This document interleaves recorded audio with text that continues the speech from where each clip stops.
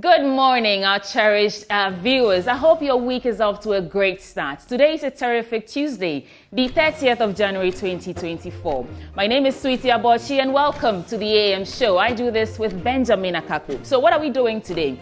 First, I'll bring you the news, and then right after, financial analyst Dr. Wisdom Kofi Dogbe will be our guest, joining Benjamin Akaku to review the news. After that, like we always do, Muftau Nabila Abdullahi will present a segment on the AM Sports. And then we'll get into the big stories. Now, government is set to meet striking tertiary workers on Thursday, February 1st, 2024. This meeting is expected to address the concerns that have led to an industrial action by these unions. The Senior Staff, Teachers and Educational Workers Union and Ghana Association of University Administrators of the University of Ghana are demanding payment of their delayed Tier 2 pensions with compound interest and better conditions of service. We'll hear from the stakeholders today on the show. Also, Ghana has made significant progress in reducing the burden of malaria over the years. Malaria testing has improved considerably from 38% in 2012 to 97.8% in 2022. Malaria prevalence has also reduced from 27.5% in 2011 to 8.6% in 2022. While deaths due to malaria have also reduced drastically from 2,799 in 2012 to 150 in 2022. We have a guest on the show this morning to discuss how to consolidate the numbers. Dr. Paul Boateng, Focal Person, Malaria Case Management for the Ghana Health Service, will be our guest today. And then hopefully today we can open the phone lines for you to have your say. Remember, the show is for you and about you. Welcome to the AM show. Let's settle now for the news.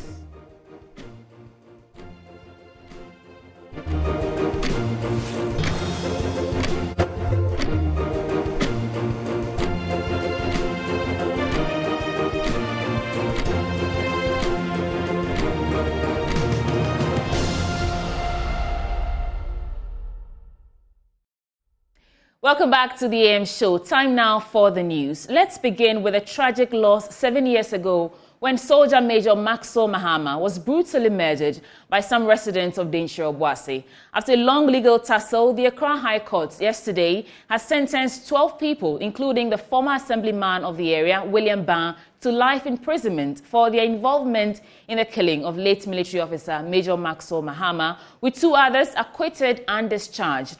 Major Mahama was lynched by a mob at Denkyira Obuasi in the central region on the 29th of May 2017. The court presided over by Justice Maria Mowusu found William Ban guilty of abetment to commit murder and murder, while the 11 others were found guilty of conspiracy to commit murder and murder. 7 years after the gruesome murder of Major Mahama at Denkyira Obuasi in the central region, 12 people, including then assemblyman of the area, William Ban, have been found guilty and sentenced to life imprisonment. William Ban was found guilty of abetment to commit murder and murder, with the remaining 11 found guilty of conspiracy to commit murder and murder. Attorney General Godfrey Dame was pleased with the judgment. Of course, the wheels of justice, as we all know, grind slowly, but today we have seen justice. We satisfied with the conviction of the 12 accused persons.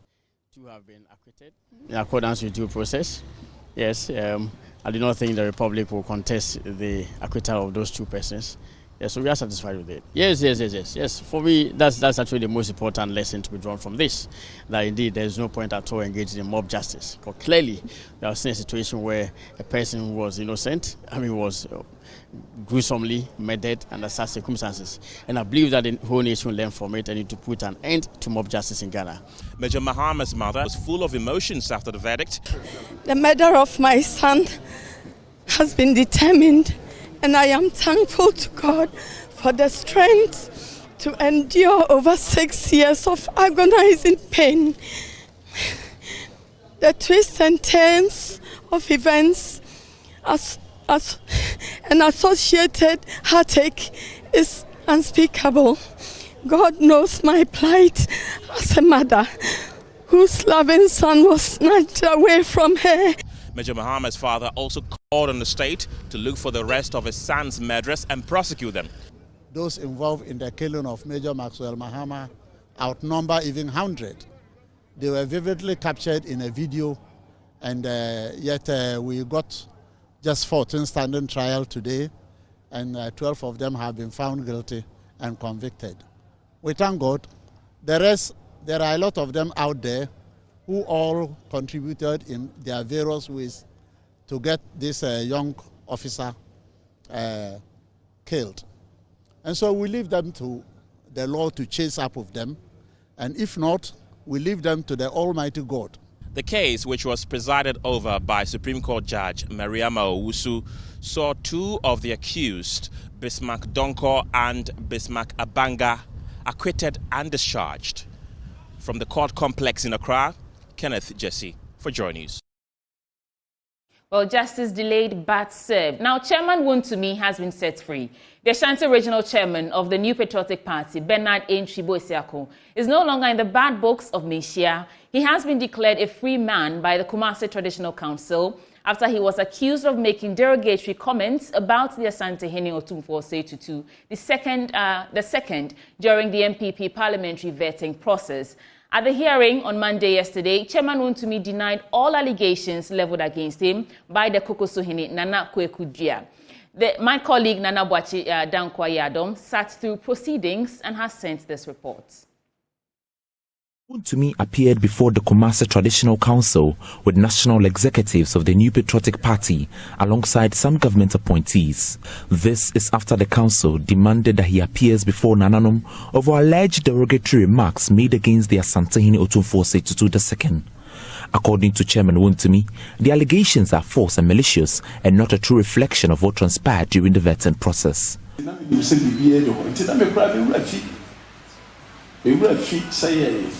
Awadaro ma obeye ketu obeye kesi onam paaso enti me ko na makakodi pa awa monane na maba se de Paul ka se ban pese me de me ha obeto so enti be de me nsa ye adwumanti me yese me ko na makakodi pa enti me ba be fru ewie mu hyen no ano na me nya general secretary ko no say chairman asembe no akofa be and na me say ede ba asemo I was about joining my flight abroad when my General Secretary called to inform me about the allegations. I told him the accusations are false and malicious. How can I make derogatory remarks against Otumfuo? This is not possible. Chairman, to me, you original chairman, and someone your son for me, name, sir, Obia. Odi yewuradin odi yedede eye ede ensempa ede bade ayemia na bia mekobia bia antigenua intimacy. Although Kokosohene Nana Kwekudua defended his allegations against Wontumi, the Kumasi Traditional Council trashed the claims and asked both parties to settle their score without involving the Asante Hene. Bantamahene Bafo Usuamankwetia VI, while delivering judgment on the matter, admonished chiefs to refrain from political activities in the heat of campaigning for the 2024 general elections. He asked that the MPP regional chairman be set free without any charges.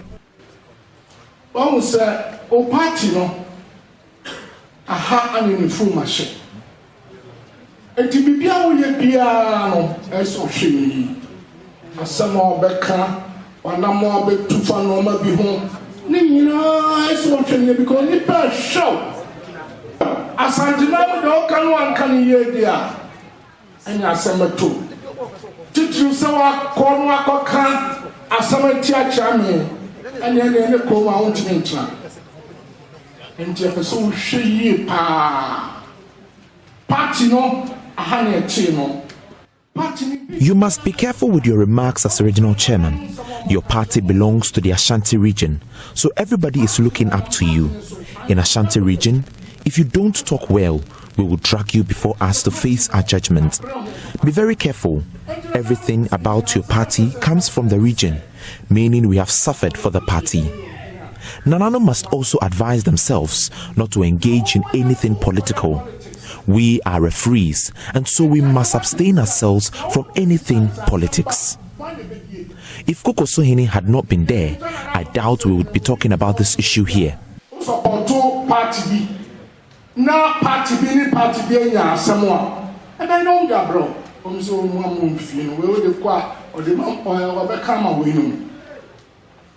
Nina na Santima Eku. As we said, Nanano Yaya Juma, Yaya referees. Yaya Diana said, you were home, I and Nanana. And you were home, practicing. Religious and Chieftaincy Affairs Minister Stephen Asamoah Boateng addressed the press after the hearing. Today's been it's a happy day for me. As you know, MPP and Ashanti region, we go together.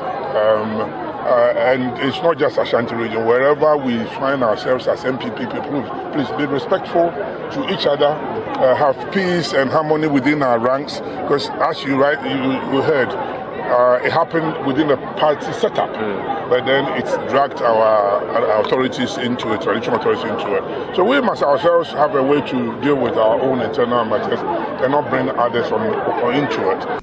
Meanwhile, Maurice Ampao is set to face the Kumasi Traditional Council for his alleged derogatory remarks against the Asantehene without the interference of the MPP. For Joy News, Nana Boche Dankwe Yadom, Kumasi.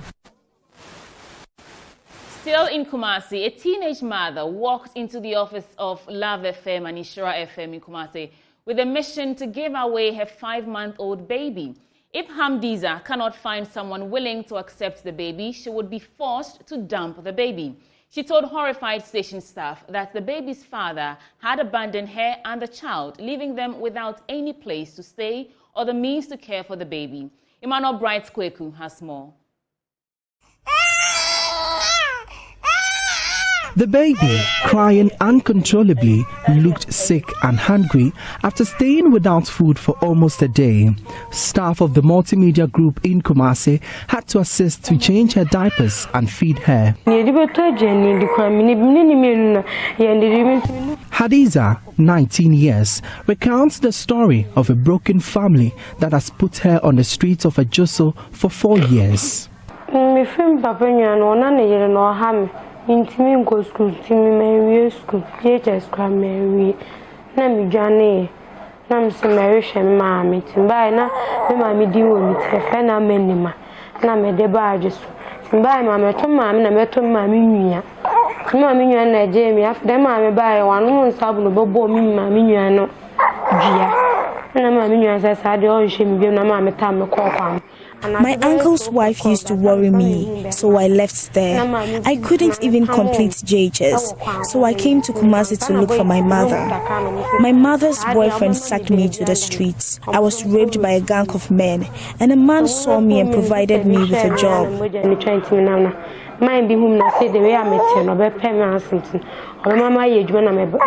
I helped a woman cook food at Tech Junction. I got money from that. Her struggles to survive on her own led her to her 21-year-old boyfriend, who she claims has left her to her fate. Behind that were just so my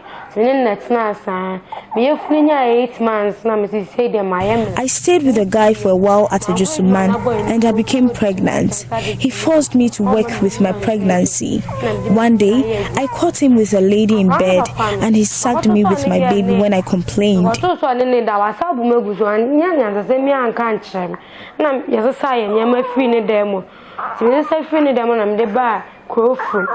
Some cocoa from girls being some cushions on Basho. No, the same no man Basho, dear.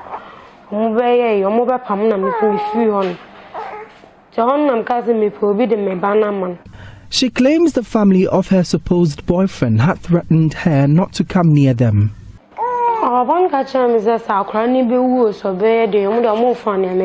His father told me to do whatever I wanted to do with the baby. She had plans to abandon the baby or get somebody to tend to her. I have nowhere to live. I don't have money for food. I want to give the baby away.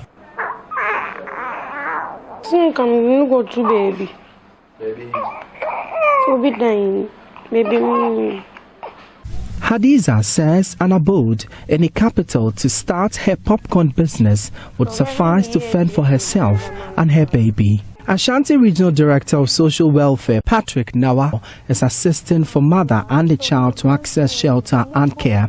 his department will commence an investigation into the matter. Yene residential home for children nubi akasa. Ya frame you safe child advocacy. No makasa. Omojino for temper. Nti omo so omoji motimi do omo ko hospital omodidi no ma ahwe abafra ne maame kama ye be ye report na ye di akire ahwehwe be ma kro na one na awo no. For Joy News, my name is Emmanuel Bright Kweku. Well, a non-governmental organization, Friends of Adaklu, is seeking support to expand a program being implemented to bridge the information technology and communication gap between urban and rural Ghana. The program has seen selected young females in the Adaklu districts of the Volta region being provided with essential skills in ICT with a focus on coding. There's more in the following report. The Adaklu district is one of the districts with the highest number of schools lacking educational essentials in Ghana. Aside from suffering an infrastructure deficit, most schools do not have the requisite logistics needed for the study of ICT.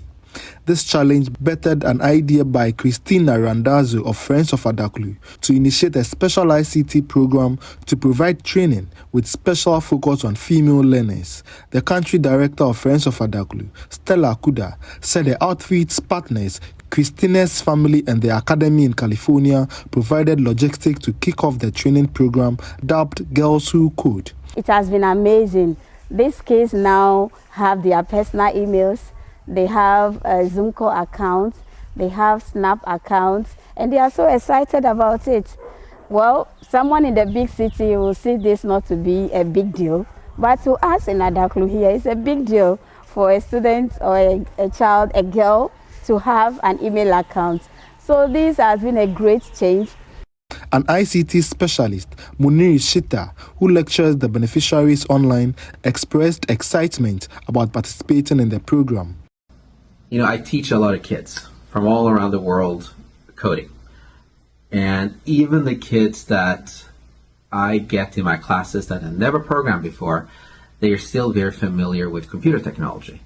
And I think this was the first time I saw a class where all the students were unfamiliar with computer technology. So in the 2 weeks that we've been working together, these girls have done an amazing job.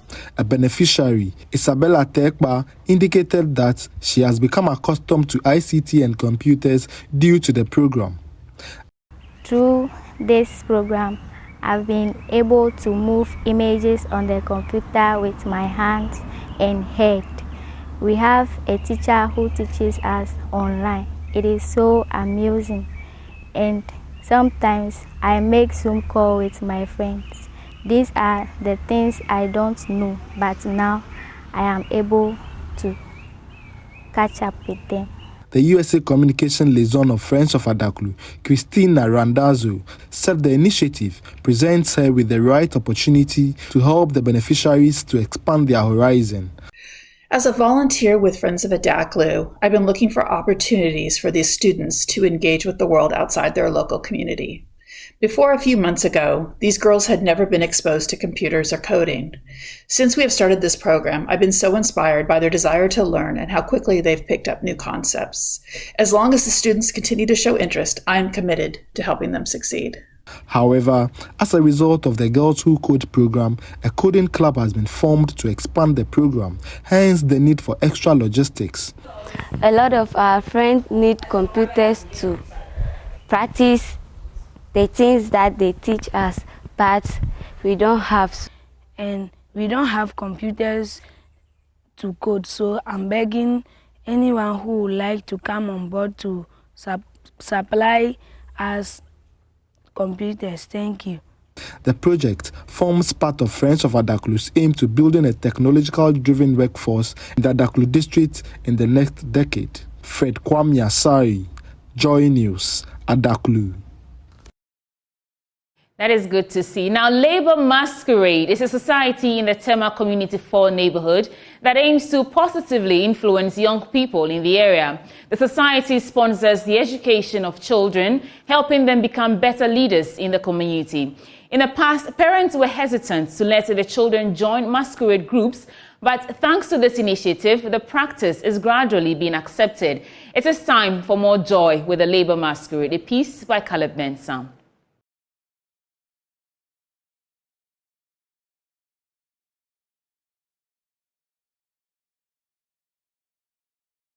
Society was formed to influence the kids in the neighborhood, to show love and care, and to draw the wrong ones to us so that we can advise them to be a better person in the neighborhood. The last time we sponsored a child, some of the children came to say, Pastor, me too, I'm going to learn hard. I'm going to make sure I do well in school so that you can help me get some books. Live on it, dear. Send a educating kola, send a call of funny, say, I do any more. It's no middle, the organization, how they arrange their things, their settings, from the leaders to the little guys. Even when we are marching, you can see them coordinating well, talking about their attire, the colors they use, the meanings behind the designs they do. It's very brilliant for a new group like Labour Masquerade.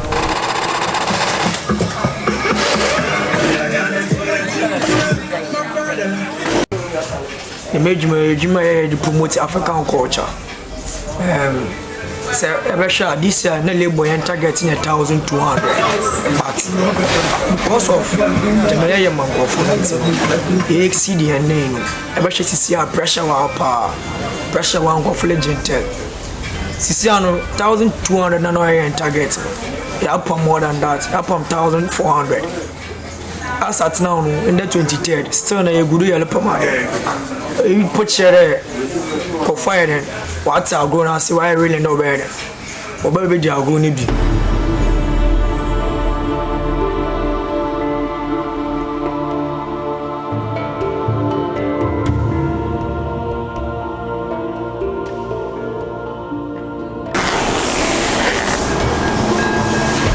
When we go out for the Gagamotobi, we are the only masquerade team that gives food to each children. And we have children close to about 400. We feed all of them. We give them lunch. We give them rice, egg, we stew. We buy them yogurts. We buy them snacks, anything possible. So almost every parent in our community wants their children to be with them. Talking about joy, I'm expecting a whole lot this year, honestly, because I know we are large in number. We've taken a great band, and then they're going to play new tunes, like good tunes for us to dance. Because I have my dancing sneakers on, I have new moves I like to show out and all that. So Labour is a very great group, honestly. Talking about the groups here in Tema.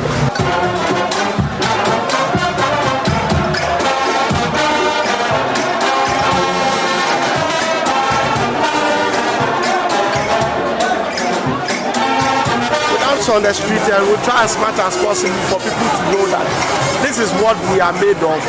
We are professionals coming from diverse groups. We don't sit in our idle homes during the Xmas. We need to reach out to people, give out to them, let them smile by giving their token to them on the streets, so that they will not see professionals as people who are always in the background. So we are using Labour Masquerade as a way of reaching the vulnerable people in the society. That is what we stand out for. This is even their third year, and they are doing extremely good in the Labour community. This is not Tardy, this is Tema.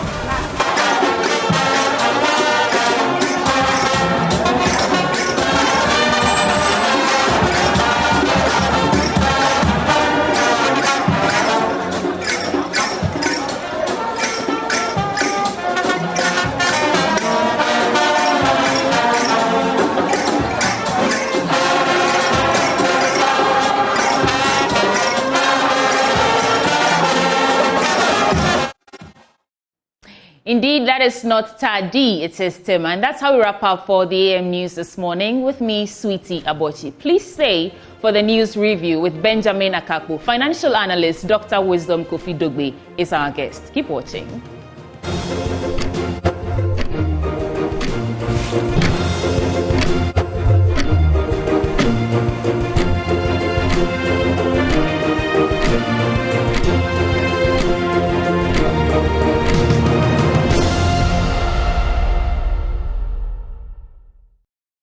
Thank you for staying. What better way to start off your day than with Sweetie Abochi, shining, brightening up your day, and with yours truly, well, taking it from there.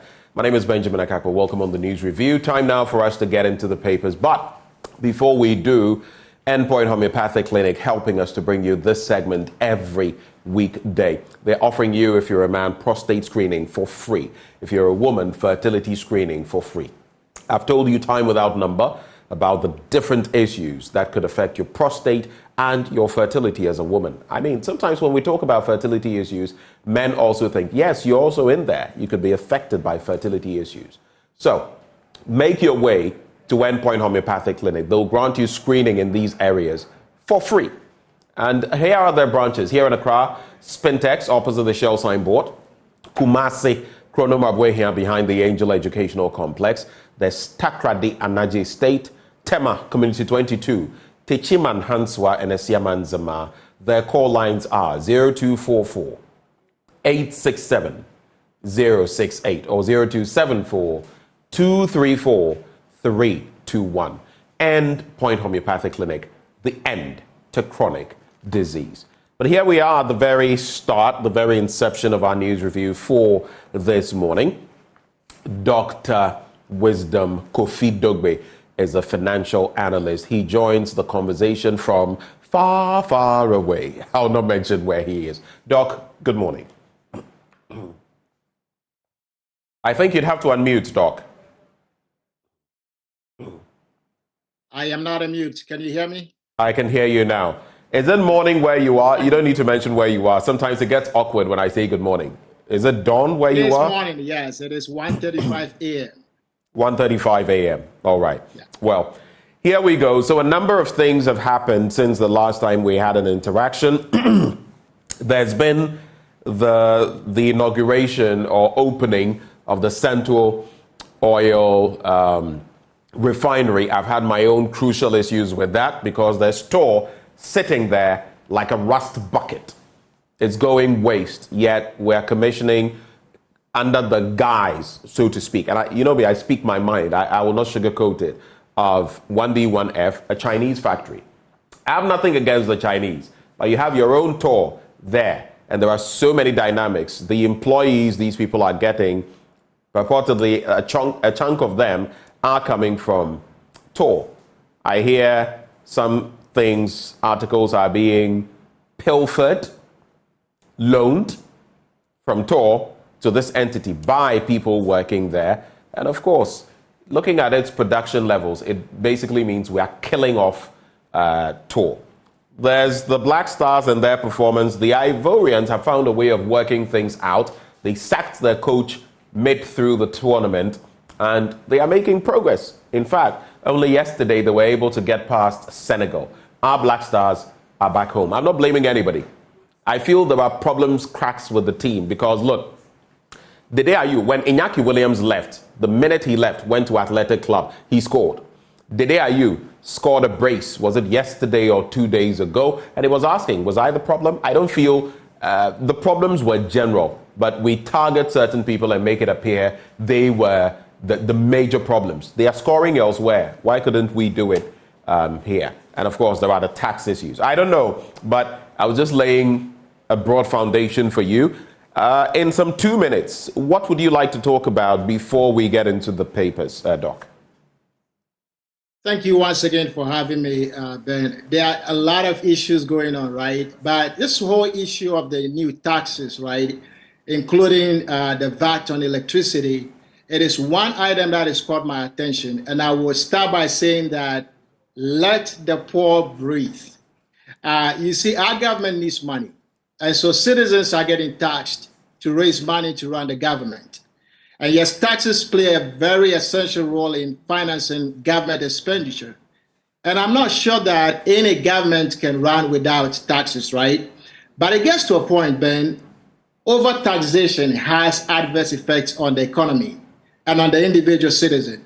And Ghana is at that point where numerous taxes will begin to have adverse impact on the standard of living, especially for the poor, low-income earners, and pensioners in the country.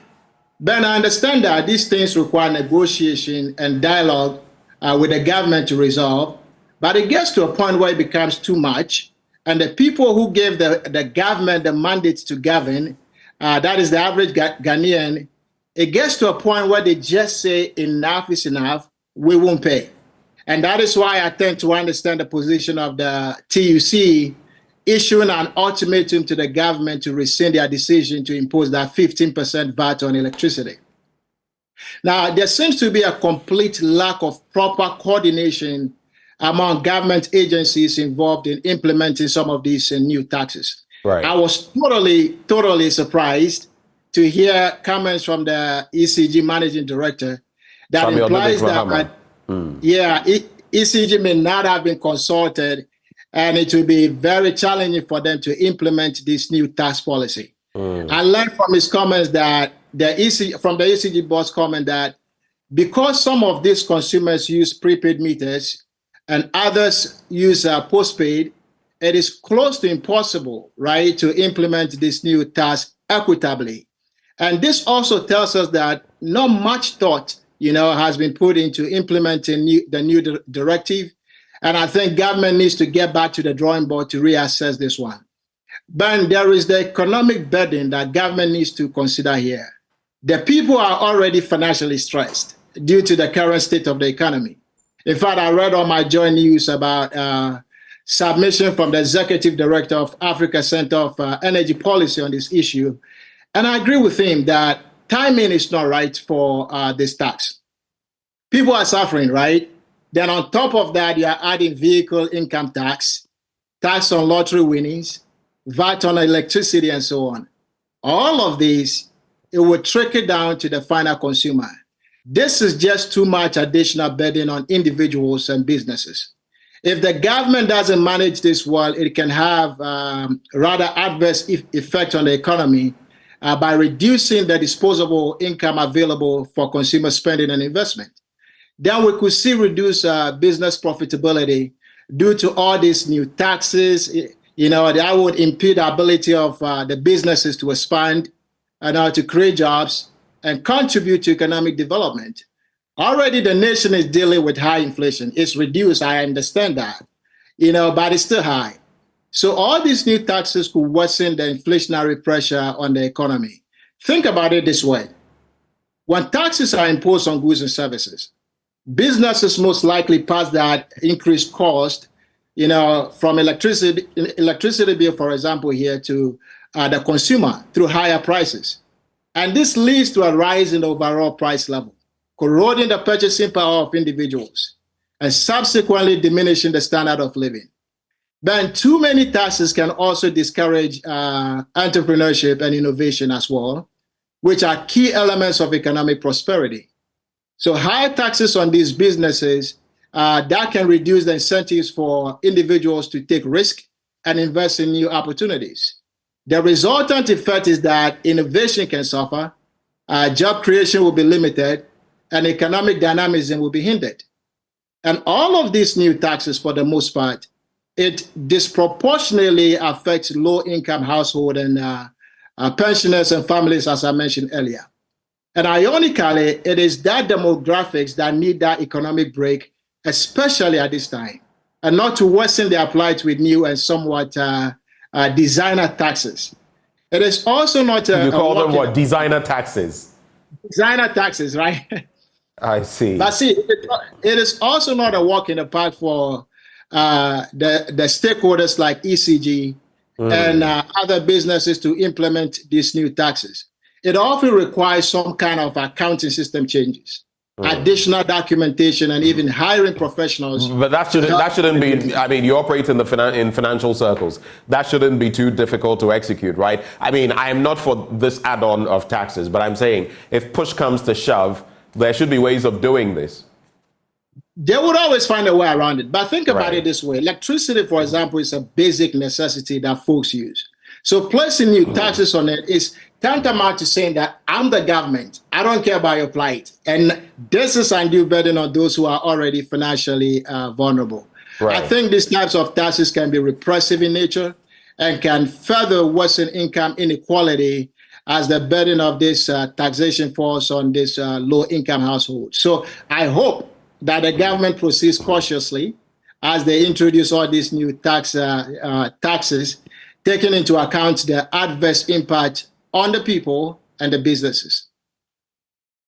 Well, thank you very much for sharing your thoughts. I was just checking, moving away a bit because I'm still bleeding from the loss of the Black Stars. I didn't let my heart go into it so much this time, but I was hoping, no matter how things are going as a Ghanaian, you always want, you have this thing. And look, like it or not, even when the times are bad economically and all that, when the Black Stars win, everyone is in a good mood all of a sudden.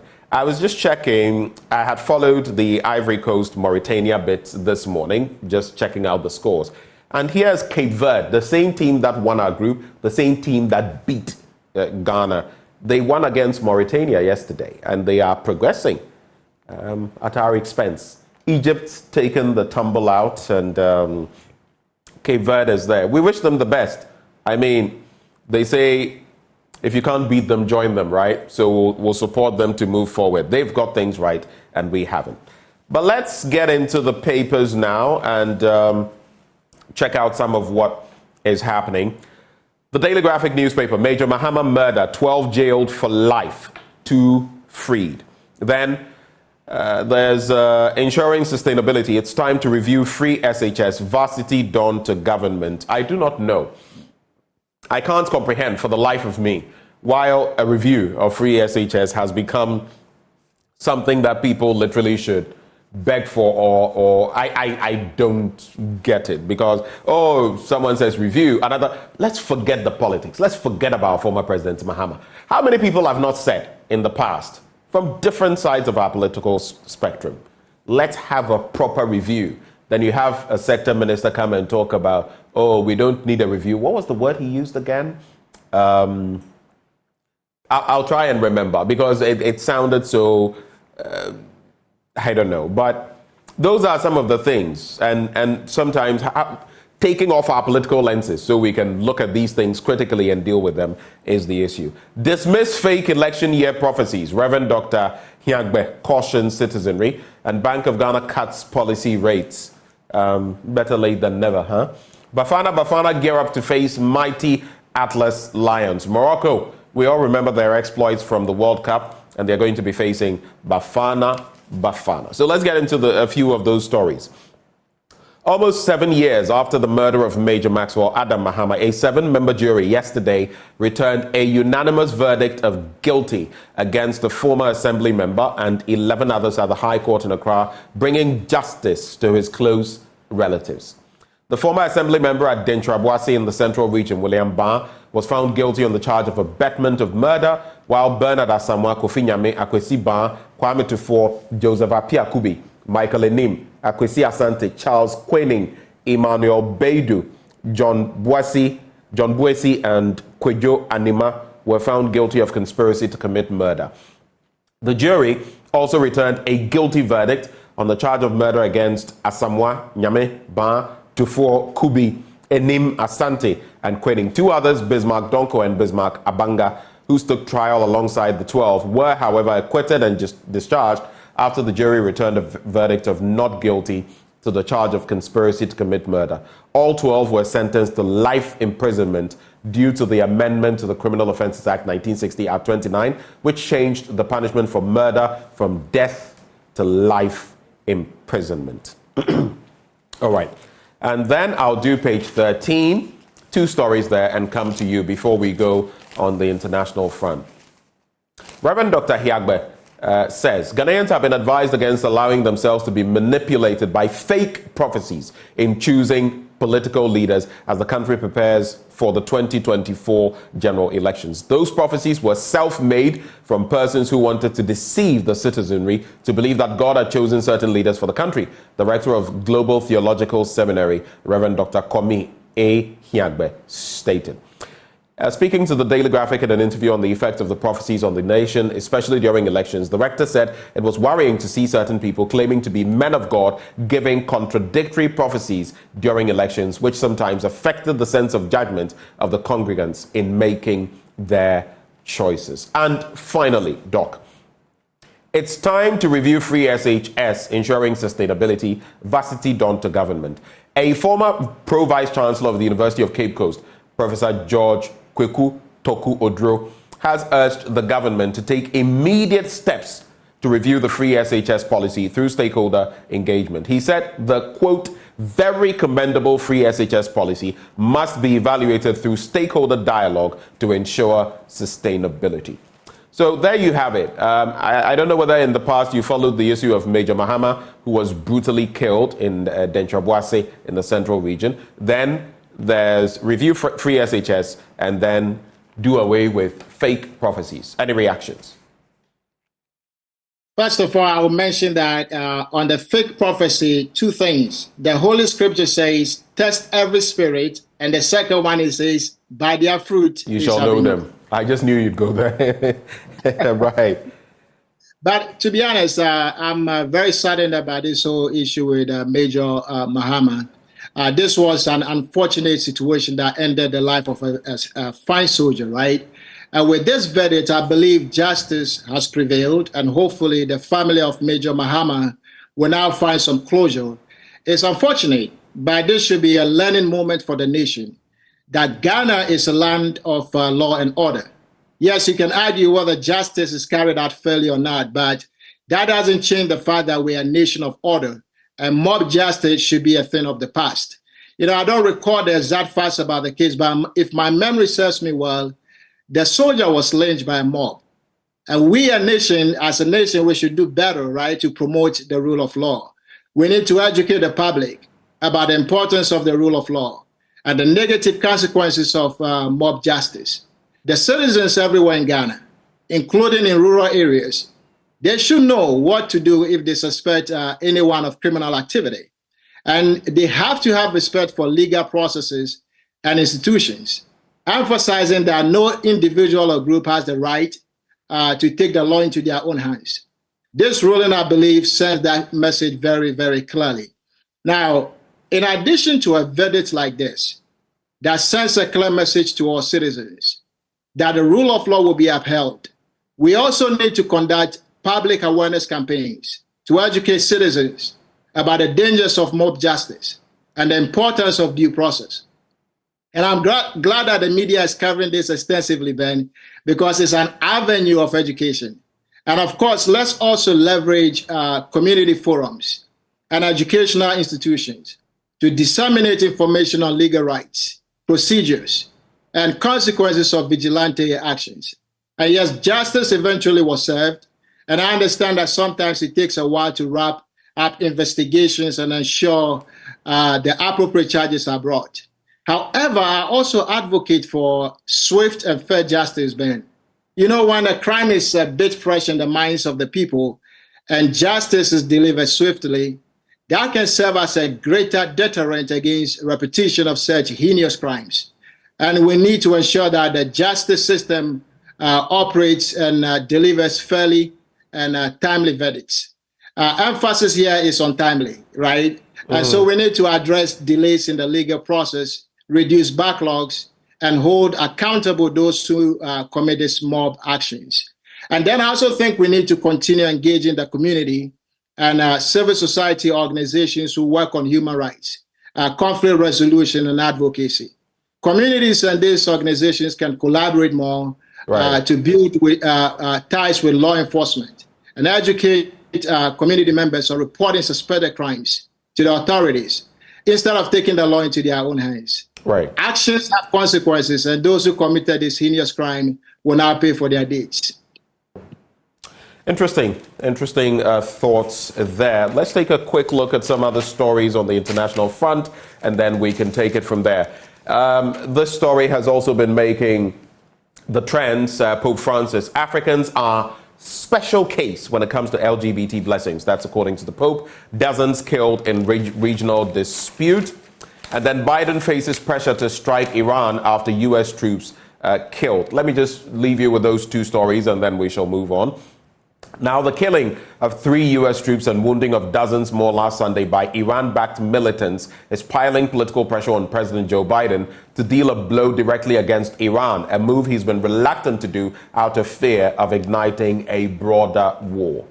Biden's response options could range anywhere from targeting Iranian forces outside to even inside Iran, or opting for a more cautious retaliatory attack solely against the Iran-backed militants responsible, experts say. American forces in the Middle East have been attacked more than 150 times by Iran-backed forces in Iraq, Syria, Jordan, and off the coast of Yemen since the Israel-Hamas war erupted in October. Then, Pope Francis said in an interview published yesterday that Africans were a, quote, special case in the opposition of bishops and many other people on the continent to homosexuality. And we know that even here in Ghana, there are those who have stated, no, not here. No matter the tincture of the blessing, no. That's what he's referring to. But he said he was confident that except for Africans, critics of his decision to allow blessings for same-sex couples would eventually understand it. Blessings were allowed last month in a document called Fiducia Supplicans, which means supplicating trust, which has caused widespread debate in the Catholic Church, with particularly strong resistance coming from African bishops. Quoting Pope Francis, and that's how I'll end it, those who protest vehemently belong to small ideological groups, Francis told Italian newspaper La Stampa. A special case is Africans. For them, homosexuality is something bad. From a cultural point of view, they don't tolerate it. How do you respond to this? So 2 stories, attacks on Americans, Joe Biden in a tight position, and Pope Francis on Africans being a special case. Pope Francis' story is a big one, right? So let me respond to the American soldiers killed in Jordan. But without a doubt, this is a heartbreaking story, right? And my thoughts and prayers are with the families of the soldiers who are fallen. You know, the sacrifices of the soldiers who participate in these high-risk operations, it cannot be overstated. They selflessly put themselves in harm's way to promote peace, stability, and the well-being of others in the Middle East region that is affected by the Israel-Hamas war that we all talk about these days. The dedication of these American soldiers and their bravery, it serves as a testament to their commitment to humanity and the pursuit of global harmony. So their deaths should not be in vain. It should remind us of the risk and the challenges faced by those who serve in these critical missions. Right. It also highlights the importance of acknowledging and appreciating their invaluable contribution. We must recognize that, right? The sacrifice they make far away from their loved ones. I'll take the politics out of this, but I can also say confidently that the U.S. will respond, right? One thing that I know for a fact is this death will not go unpunished. The U.S. will find the perpetrators and bring them to justice one way or the other. Well, interesting times. Let's get into the Ghanaian Times newspaper now. Major Mahama murder case, 12 caged for life, 2 acquitted and discharged. We've brought you that story. Bank of Ghana reduces monetary policy rate. I'll get into that as well. There's GMET cautions Ghanaians about Harmattan-related diseases, and Chairman Wontumi exonerated by KTC. The humble lion, right? Anyway, on the back page, committee search for Black Stars head coach. Committee set February 2 deadline for submission of applications. And DR Congo stun Egypt in shootout. There's also Morocco coach Regragui's ban lifted. All right, he's been pardoned. He had a 2-match suspension at the 2023 African Cup of Nations, and it has been lifted after an appeal. I think this is the tournament of the underdogs, the likes of Egypt, Ghana, all out, Cape Verde, countries like that in there. The Ivory Coast pipping Senegal. The Ivory Coast wasn't really fancied against Senegal, they have taken them out, at least for this tournament, though they are a juggernaut in the competition. But let's get into the stories there. I'll look at the two stories on page 9 and start with the one on page 8 first. So, GMET cautions Ghanaians about Harmattan-related diseases. The Ghana Meteorological Agency has advised Ghanaians to take cognizance of the health risks posed by the Harmattan, which has the ability to worsen allergies such as asthma. Now, it therefore cautioned the public to take precautionary measures to promote their well-being during the period. The agency explained that it was important to take a lot of water to remain hydrated and avoid setting fires on farms. It said due to the level of dust in the atmosphere, it would be necessary for people to wear masks. Then those two stories. The Monetary Policy Committee of the Bank of Ghana has cut the monetary policy rate by 100 basis points, that is 1%, from 30% to 29% on the back of declining inflation and the country's economic recovery. The policy rate is the rate at which the Bank of Ghana lends to commercial banks in the country. Governor of the Bank of Ghana, Dr. Ernest Addison, who disclosed this at the first MPC press conference in Accra yesterday, said the policy rate cut was in line with declining inflation. And the Kumasi Traditional Council has exonerated the Ashanti Regional Chairman of the New Patriotic Party, Bernard Intwi-Buesiako, popularly known as Chairman Wontumi, of allegations that he had disrespected the Asantehene Otumfuose II. He was alleged to have made some disparaging remarks against the Asantehene during the vetting exercise of parliamentary aspirants of the party at Menchia South constituency. He was placed on the KTC's wanted list as a result of the incident and was summoned to appear before the council. However, he complied with the directive and appeared yesterday, and it goes on and on. But basically, there's been some pardon and some clearing of that situation. Any thoughts, reflections? Yeah, I'll respond to the policy rate being cut. I missed this one in the news, but Ben, here's my 2 cents on why I think it makes economic sense to cut the policy rate at this time. First, because of a drop in inflation, right? Look, inflation is still high, but I sense some optimism to cut rates to encourage consumer spending and also lending. Lower interest rate, they make borrowing less expensive, which can help improve the spending in the economy. And I think that cutting rates could also help the economy, but a little challenge that I see off mind is cutting rates could discourage foreign investment here, right? Lower rates can make Ghana's currency less attractive to foreign investors. If Ghana's rates are lower, right, relative to other countries, it can discourage foreign investors to invest in the country's financial markets. And we need that investment. That said, the good side of this is this. With lower cost of borrowing, spending will be encouraged. Local businesses are able to borrow at lower interest rates, and that can help the economy more. One of the primary reasons for cutting policy rate is to stimulate economic growth. By reducing the policy rate, the Bank of Ghana aims to lower the borrowing cost for businesses and individuals. And as I mentioned, this encourages increased borrowing and spending, which can boost investment, consumption, and also overall economic activity. I also think that lowering the policy rate can also help ease the burden of unemployment a bit. By reducing borrowing costs, businesses are incentivized to invest in expansion and hiring. And that then can also lead to increased job creation and reduce unemployment rate. So cutting the policy rate, I believe, can be a good response to the financial challenges such as liquidity constraints in the economy. And so I believe that Bank of Ghana is aiming to encourage banks to lend more, easing access to credit and addressing the current financial instability in the economy. All right. Other stories now, but a quick reaction I'd like to get into. I see a comment coming through.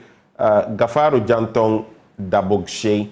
You say, good morning, monitoring. Thank you for doing the monitoring. But there's this comment, Felix John Entry. You say, if you score in a second division league and you ask this silly question, what should we do? The TEWU does not deserve to be in the Black Stars. That's what he says.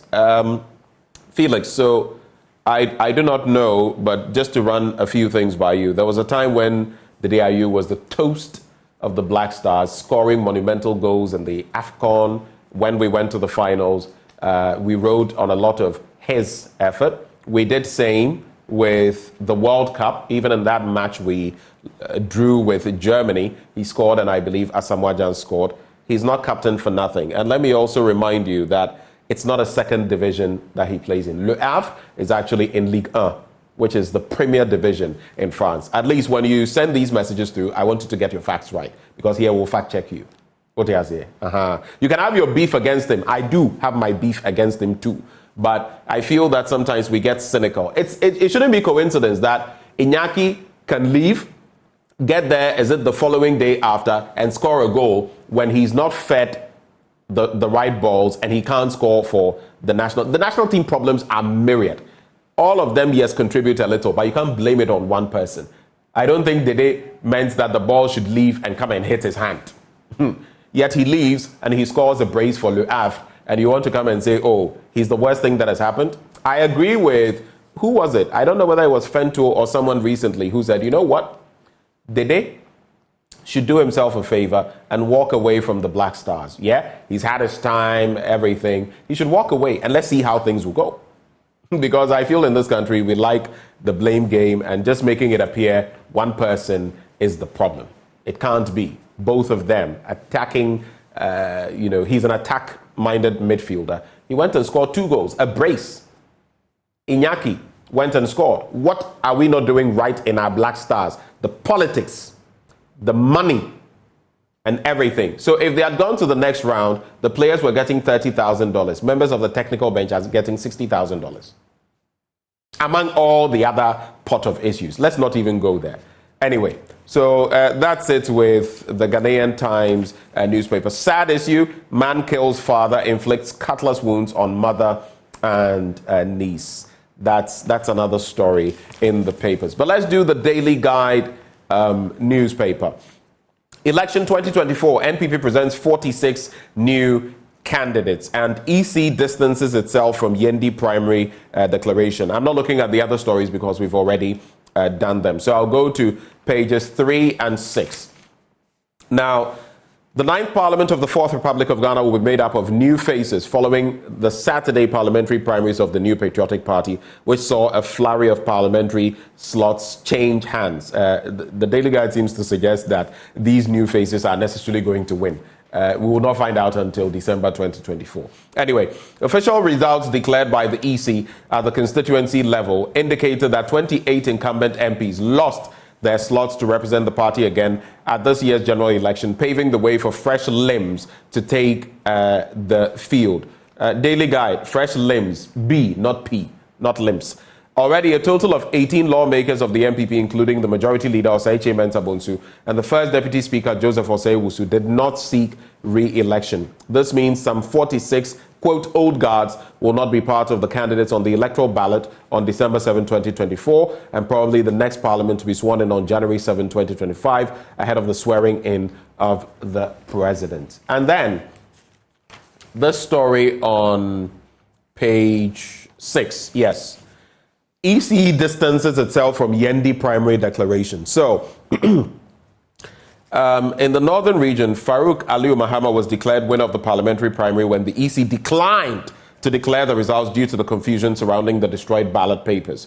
The third national vice chairman of the MPP, Alhaj Osman Masaudu, made the declaration in Yendi after a consultation with the regional and national executives of the party. According to him, the EC official had counted 296 votes in favor of the incumbent MP before the counting process was interrupted. He revealed that the ballot papers in the possession of the EC officials were 199, adding that the ballots were valid. So EC fails to declare, a third national vice chairman declares. And there you go. Any reactions? We'll do the final papers and wrap. Yeah, but let me react quickly to the issue of a mix of experienced and inexperienced MPs. Look, right. I think either way, the nation will benefit from the right combination of experienced lawmakers and inexperienced or newly minted members of parliament. We need both demographics, right, as a nation to ensure a sound and productive legislative body and process. There's no doubt that new arriving MPs will bring that fresh perspective and much needed innovation to Ghana's parliament. You see, these new MPs are not just coming out of college without any experience. Right. A bunch of them are successful corporate professionals, executives, business owners, community activists, doctors, and so on. And they draw on this vast non-legislative experience and background to bring diverse expertise and insight, to tackle the current challenges that we face in our country. Yes, they challenge the status quo, and rightfully so, because old ways are not always the best way of doing things. And by this itself, it brings innovation into the legislative and policy-making process. The fact that these newer MPs may lack knowledge of some entrenched interests that can lead to championing fresh approach to solving the nation's challenges, it doesn't mean that they will not be productive, right? Right. When I hire new leaders in my role today and employees in my profession, my focus is how to maintain a well-balanced group or a team that is a combination of seasoned professionals and also college graduates who come in to change the world. Right. They challenge the status quo. They bring fresh perspective, and a lot of the time they are pretty savvy from a technology standpoint. And this has always been my strategy, and it will work for Ghana's parliament as well to have that mix. Right. Then also, if you think about experienced MPs, they bring that stability and continuity to the chamber with a tremendous wealth of proficiency, institutional knowledge, right, and expertise to the policy making and legislative process. Right. So they are well adept in navigating the intricacies of lawmaking, and I think a combination of this will help the nation a lot. All right. We have to go, but Economy Times. Ministry of Finance, Bank of Ghana confident in economic recovery efforts, and IMF still classifying Ghana as a debt-distressed country. Your final words in some 20 seconds, Doc.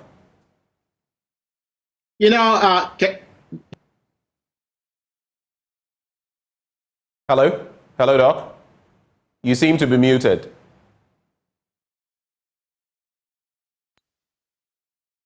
Hello? Hello, Doc? I can see you, but for some reason I can't hear you. Hello, Doc, can you hear me? Okay, I do not. Can you hear me? Hello? Okay, go ahead. I can't hear you well. That's the problem. If you can hear me, then go ahead with your thoughts.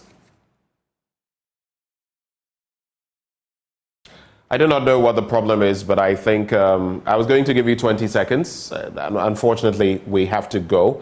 Doc, can you hear me? Final attempt. Can you hear me, Dr. Dogbe? All right, we don't have... Hello? It's unfortunate, Dr. Dogbe, but we'll have to sew it up here. And happy birthday to my adorable wife, Assistant Superintendent of Immigration, Dorcas Apia Bracco of the Ghana Immigration Service. Have a good one filled with God's grace and blessings. That's coming through from Kwame Jumo Ajeman. Happy birthday to Assistant Superintendent of the Immigration Service, Dorcas Apia Bracco, Ghana Immigration Service. And it's from Kwame Jumo to you.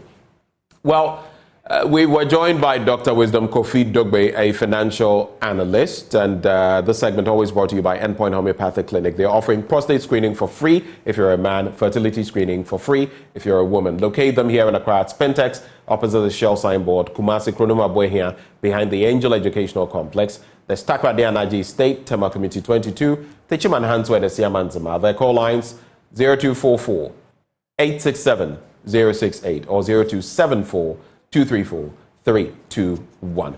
Endpoint Homeopathic Clinic, the end to chronic disease. We're bringing you more of the action in sports, especially the AFCON, up next.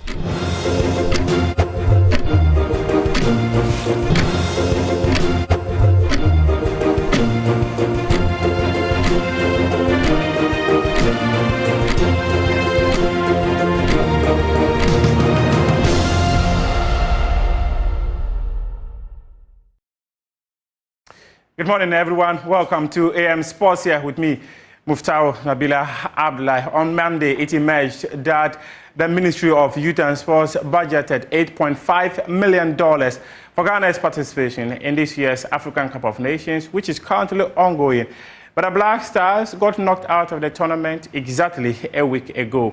The Member of Parliament for North Tongue, Samuel Okudzeto Ablakwa, revealed on his social media pages that the Chief Director of the ministry wrote to the Finance Minister on January 2 to demand about $5 million out of the $8.5 million they requested for Ghana's participation in the tournament. He did, however, did not state what specifically the money they requested for was used on. Now, let's take a look at a report that was put together by my colleague, Daniel Quantin, having gone through the details that were spelled out by Okudzeto Ablakwa. The North Tongue MP, Samuel Okudzeto Ablakwa, claims an amount of $8.5 million was set aside for the Black Stars' participation in the continent's flagship tournament. According to him, the figure excludes the $1.5 million spent during the AFCON qualifiers. The figure, $8.5 million, is contained in an intercepted letter from the Ministry of Youth and Sports dated 2nd January 2024, posted on the parliamentarian social media accounts.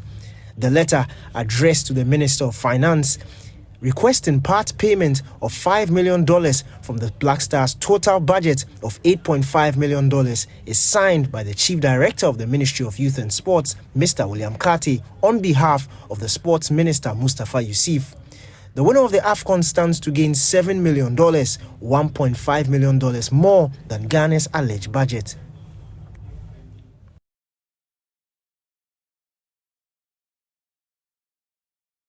Now let's hear from a member of the Parliamentary Select Committee on Sports, Governor Mensa Woyome. He has criticized the National Sports Authority, describing them as an entity which is not doing anything.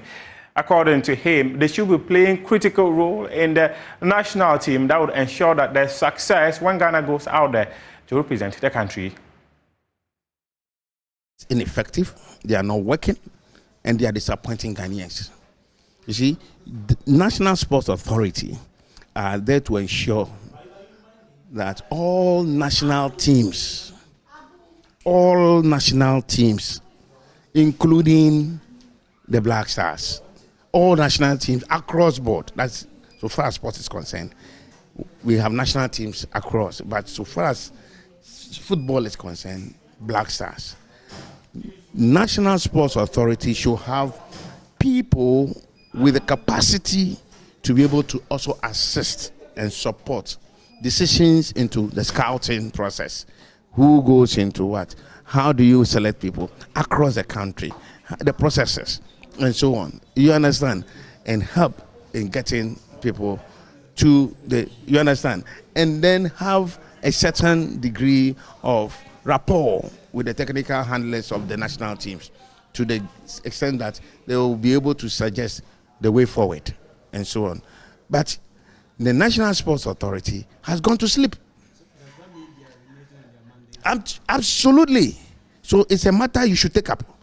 Go to them and find out from them whether they are really working. So far as this is concerned, I get in it. So there's the need, because National Sports Authority should not be sleeping on this, because they are supposed to be working with the federations. The federations more or less are quasi-private and quite autonomous in terms of their affiliations with their international body. In this case, FA has their FIFA, but that body, and then other entities and so on and so forth. So they work in that. But when it comes to the national teams, that belongs to you and I. The federations are just caretakers. Your money takes care of them. The National Sports Authority, in taking care of, in ensuring that your caretakers also perform and deliver, you also have a third eye. That is people who understand the terrain.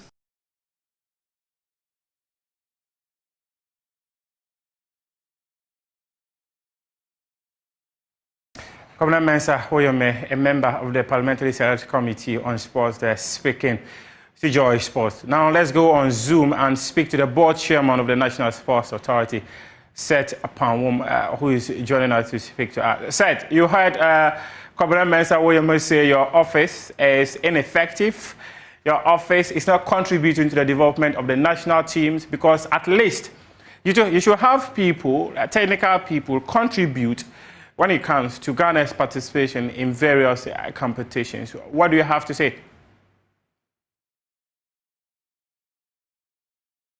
Good morning, Seth. Can you hear me?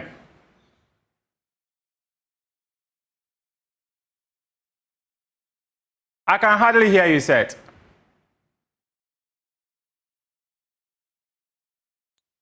Yeah, good morning, Nabla, and good morning to our viewers also. Yeah, I can hear you. Please, Kobere Mensah Williams says your office is ineffective and that you're doing nothing. I think I disagree with Woyomi on this one. He's a good friend, and he has been around the National Sports Authority and various federations in the number of tournaments that we've been together. Basically, under the Sports Act, National Sports Authority is supposed to be the technical wing of the Ministry of Youth and Sports. You know, and we are supposed to play a critical role in all the national teams, not only limited to football, but all the national teams in Ghana. But we have seen that this trend has consciously eaten into the relationship between the Ministry of Youth and Sports and that of the Football Federation. I mean, cramping on the role that is desirable assigned to the National Sports Authority. You know, and this challenge is what we are actually pushing hard to have it reconciled. And hopefully we are relying on the Sports Act, that the LI that is currently before Parliament for passing, and it will clearly come out to firm up most of the issues. If you listen to the previous and current ministers or so, they have all always alluded that they would work through the national sports authorities in dealing with the Black Stars, you know, or the national teams. But eventually, when they assume offices, we have these challenges always coming in. Why? Why is that when they assume office, they are not able to do it? Why?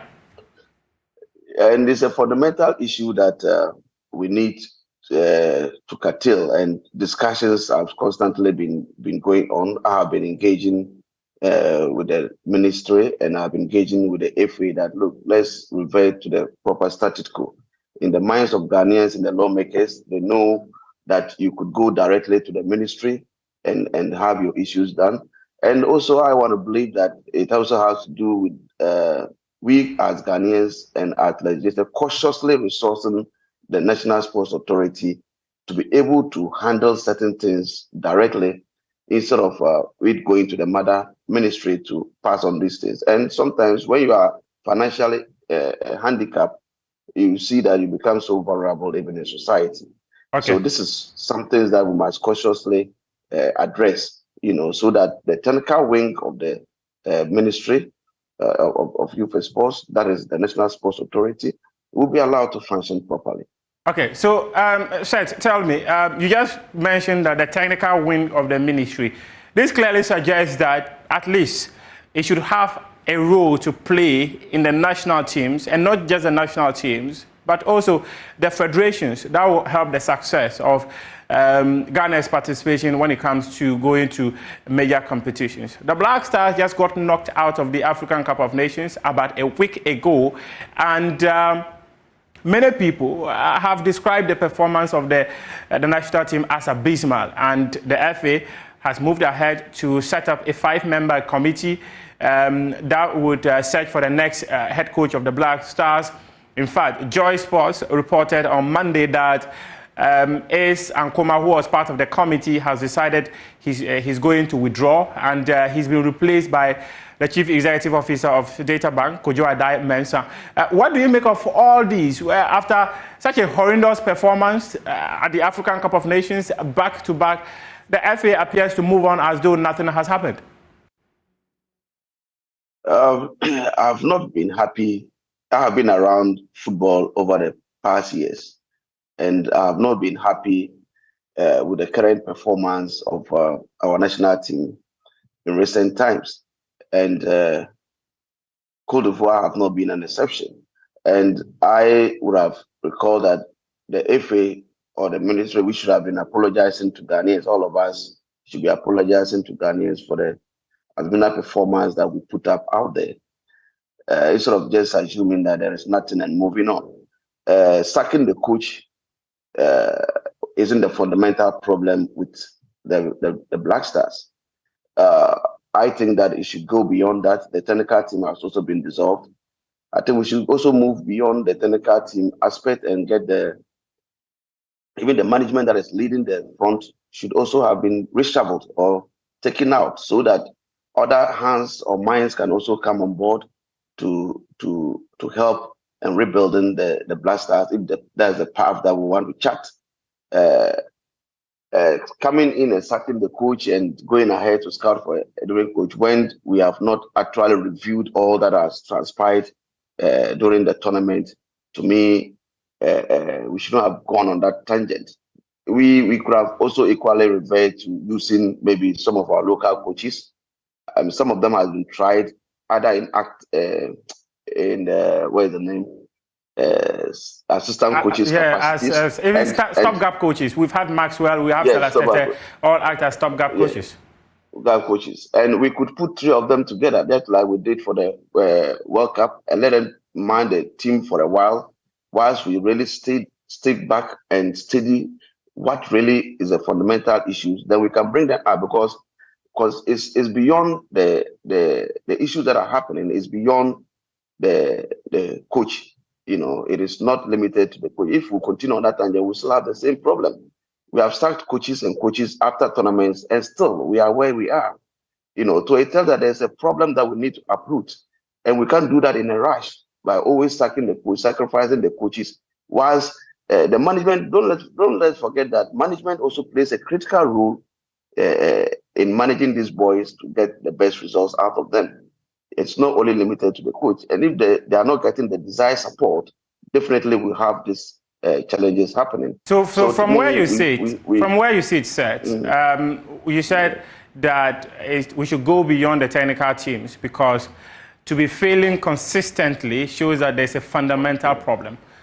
From where you sit, what is that fundamental problem with our football that has to go beyond the technical team? You see, Nabila, you can recall that I have managed a Premier League club to win the Ghana Premier League before. And I am versed in experience when it comes to football management. And some of these boys, I've managed them to achieve that results with the Wild Stars. And we need a whole time to discuss these issues of what I perceive to have been a problem. Your time limit today, this morning, is very limited. Okay. We need a much time so that we can digest the issues that I perceive are some of the problems that we need to uproot so that our football can be solid again. Okay, so then let me just move on pretty quick. On Monday, the Member of Parliament for North Tonk, Samuel Okudzeto-Ablakwa, revealed that the Ministry of Youth and Sports actually budgeted $8.5 million for the African Cup of Nations. And this has caused hue and cry in the Ghanaian citizenry. From where you sit, is it financially sound that the Ministry of Youth and Sports decides to budget $8.5 million for a tournament which has prize money of $7 million? You see, we need to ask ourselves certain questions that whether we are participating in tournaments so that we can make profit as a nation, or we are participating in tournaments so that we can continue to invest in our goodwill as a country. We need to ask these questions. And besides, the budget amount is a budgeted amount. It's not the actuals. So when you budget for a tournament, you also have the opportunity to expand and report on the actuals. You can end up making savings out of the budget that you have put out there. But in addressing the concerns the question that you have raised, I think that we don't participate in football to make profit. There are more benefits that participating in international competitions brings to the nation, other than just making money out of the prize money, making some money, some savings out of the prize money. You know, when you build on you participate in such tournament, people get to know more about your country. Some people get to read more about your tourist potentials. Some people even learn the research and they get to know your deficiency or niche that they can come into your country to take advantage of, and they come in with investments. You know, all this, if you quantify them, will end up being more than what you have even put into participating in the tournament. Okay. You know, so let's go beyond looking at making profit. We don't play football as a country to go out there to make profit. There is more that we brand our countries on, you know, and that goes beyond the revenue aspect that we're looking at.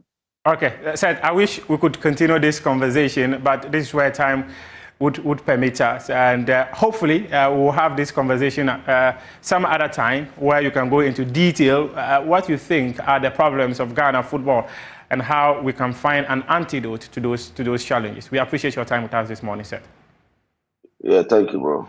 Let's wrap up with some African Games stories. And the Legon Stadium is one of the facilities that is going to host the action as about 5,000 athletes assemble in Ghana effective March 8 for the event. My colleague, Fenty Utahiri, was at the Legon Sports Stadium to bring us up to speed on what is currently happening there ahead of the start of the tournament or the event on March 8. And this is our wrap-up AM Sports here with me, Muftau Nabila Abdullahi.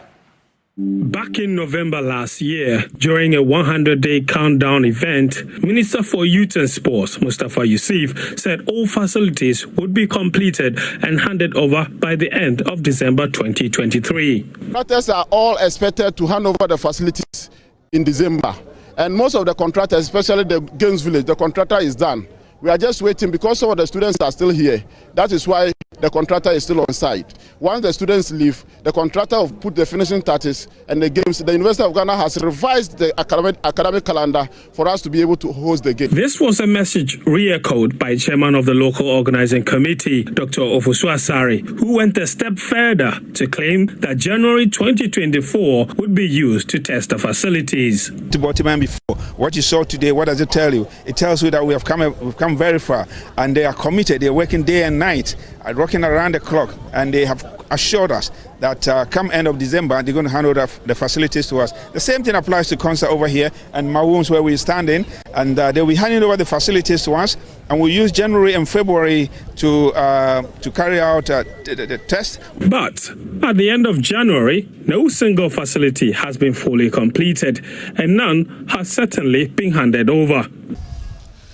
The Legon Sports Stadium will be the center of the Africa Games. It will be the host of the track and field event, which is the biggest attraction of the 26 sporting disciplines that will take place here in Accra. But with 40 days to the start of the competition, very important aspects of the stadium infrastructure remains uncompleted.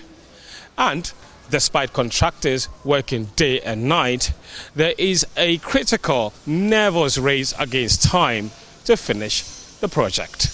Grounds have been prepared for the tartan tracks to be laid, and despite the tartan material arriving weeks ago, the actual laying has yet to begin inside the stadium. And that work could take weeks to finish. Groundsmen are also still busy restoring the pitch, which will host football games as well as field events. Aspects of the VIP area appear completed, with public announcement speakers fixed. But metal fabrications, painting, installation of critical power lines, fixing of sanitary wares are all still ongoing. The story is no different outside of the stadium. Access routes around the facility as well as the car parks have all yet to be completed. At the warm-up track, where the laying of the tartan tracks has begun in earnest, work seems to be progressing slowly. As you can see, these are rolls of tartan, obviously in all these white wrapped envelopes, if you like. And the laying is already ongoing, as you probably can see. So these rolls of tartan, once they get rolled over, you have the actual tartan track. And this is very standard manufacturing from Mundo. Mundo are world leaders in the manufacture of track equipment. And there are officials from Mundo here who are working to ensure this track is up to speed. I've been told this would be completed in the next 1 week, and after that they will now move to the stadium. The field on the warm-up track looks green. Floodlights have also been installed, but other critical facilities like the long jump pit remain undone. Over 5,000 elite athletes are expected in Ghana in 40 days to compete in the 26 sporting disciplines earmarked for these games. 2 months ago, Vice President Dr. Mahama Baumia was special guest of honor at the 100-day countdown event. And after a tour of the facilities, he was convinced Ghana was ready to host the best ever games. There is a time for everything, and this is our time.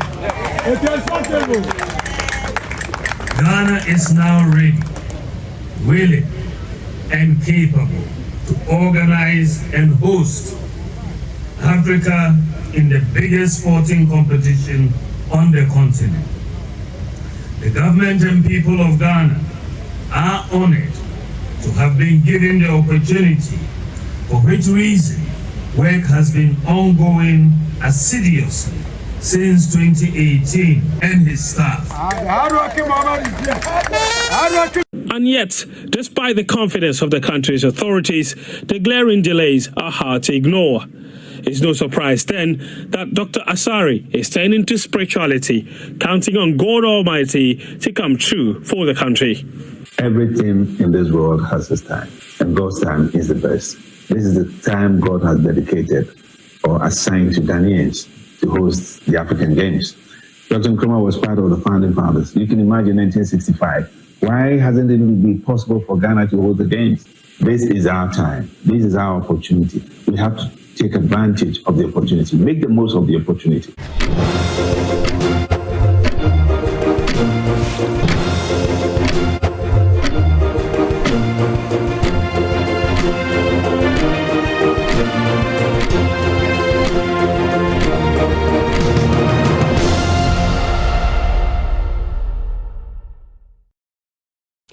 Welcome back on the AM show. We start the big stories on the labor front, and government, as we know, is set to meet striking tertiary workers on the first day of February, Thursday in this week. The meeting is expected to address the concerns that have led to an industrial action by these unions. We can talk about the Senior Staff Teachers and Educational Workers Union, the Ghana Association of University Administrators of the University of Ghana, and more. Well, we'll be getting into this discussion shortly as we host our guests. Isaac Donko is National Chairman, University Senior Staff Association. He joins the conversation. Mr. Donko, good morning to you. Good morning, my brother. Thank you for joining the conversation. What is the latest? Of course, we do know that you're going to be having some encounter with government, some negotiation that is coming up on Thursday. But so far, what is the picture as far as your outfit is concerned, the University Senior Staff Association? Okay, my brother, thank you for having me. Yeah, the latest is that Senior Staff Association of Public Universities are still on strike. We are still on strike. That's the latest. You were summoned to... When you say you are still on site, what do you mean? Come again? You say you are still on site. We are on still strike. On strike. Right. I can't hear you so well, so all right. Oh, sorry. I'm driving, so forgive me. All right. Please go ahead. Yes, good. Is it okay now? It's better. Yeah, we are still on strike.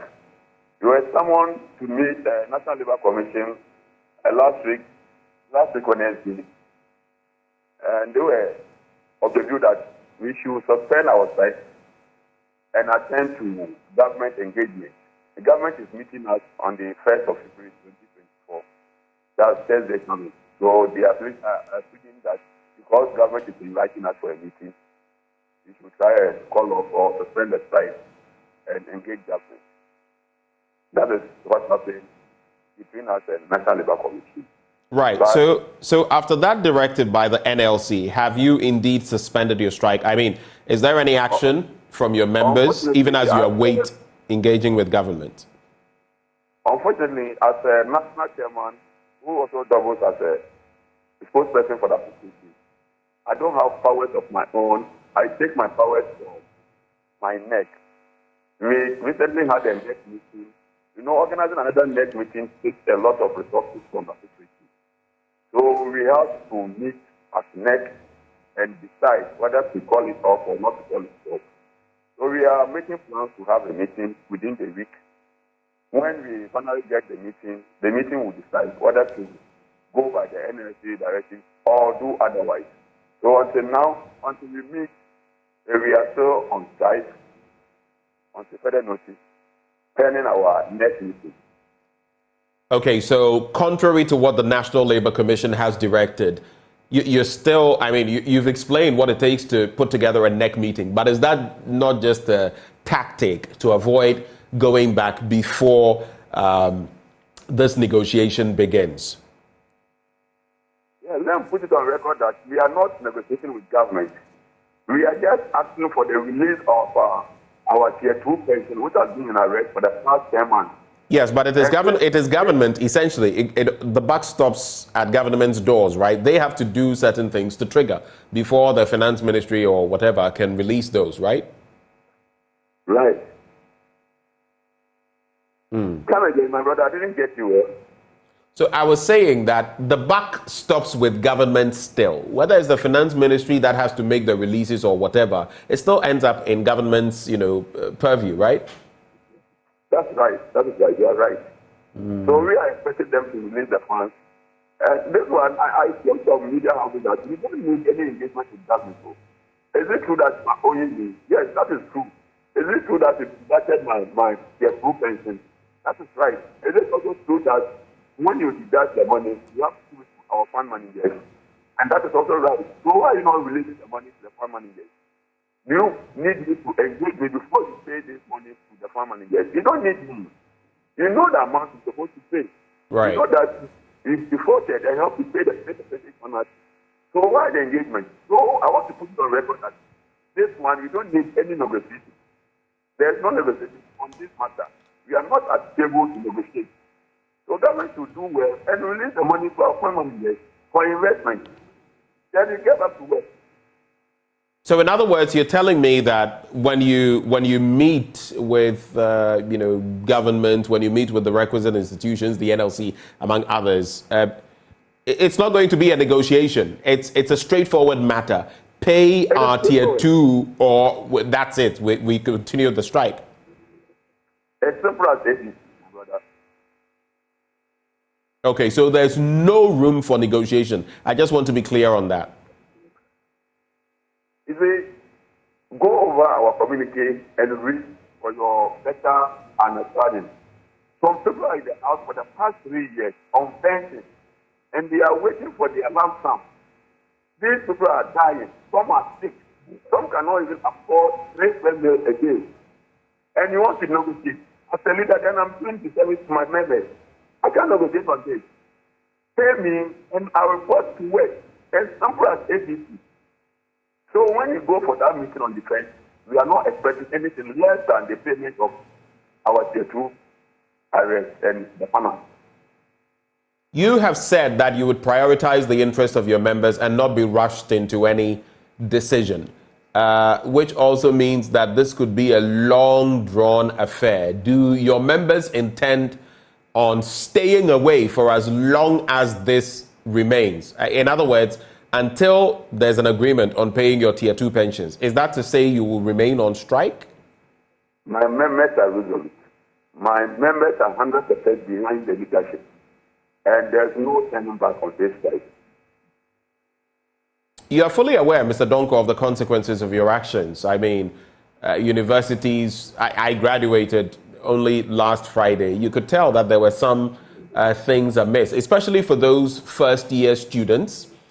And all that. I mean, it's pretty problematic. You're fully aware of that. How do you feel about it? My brother, Nigerian man will say that now who got out? The warning signs were there since last year, I guess. We threatened Labour Commission called, there were directives.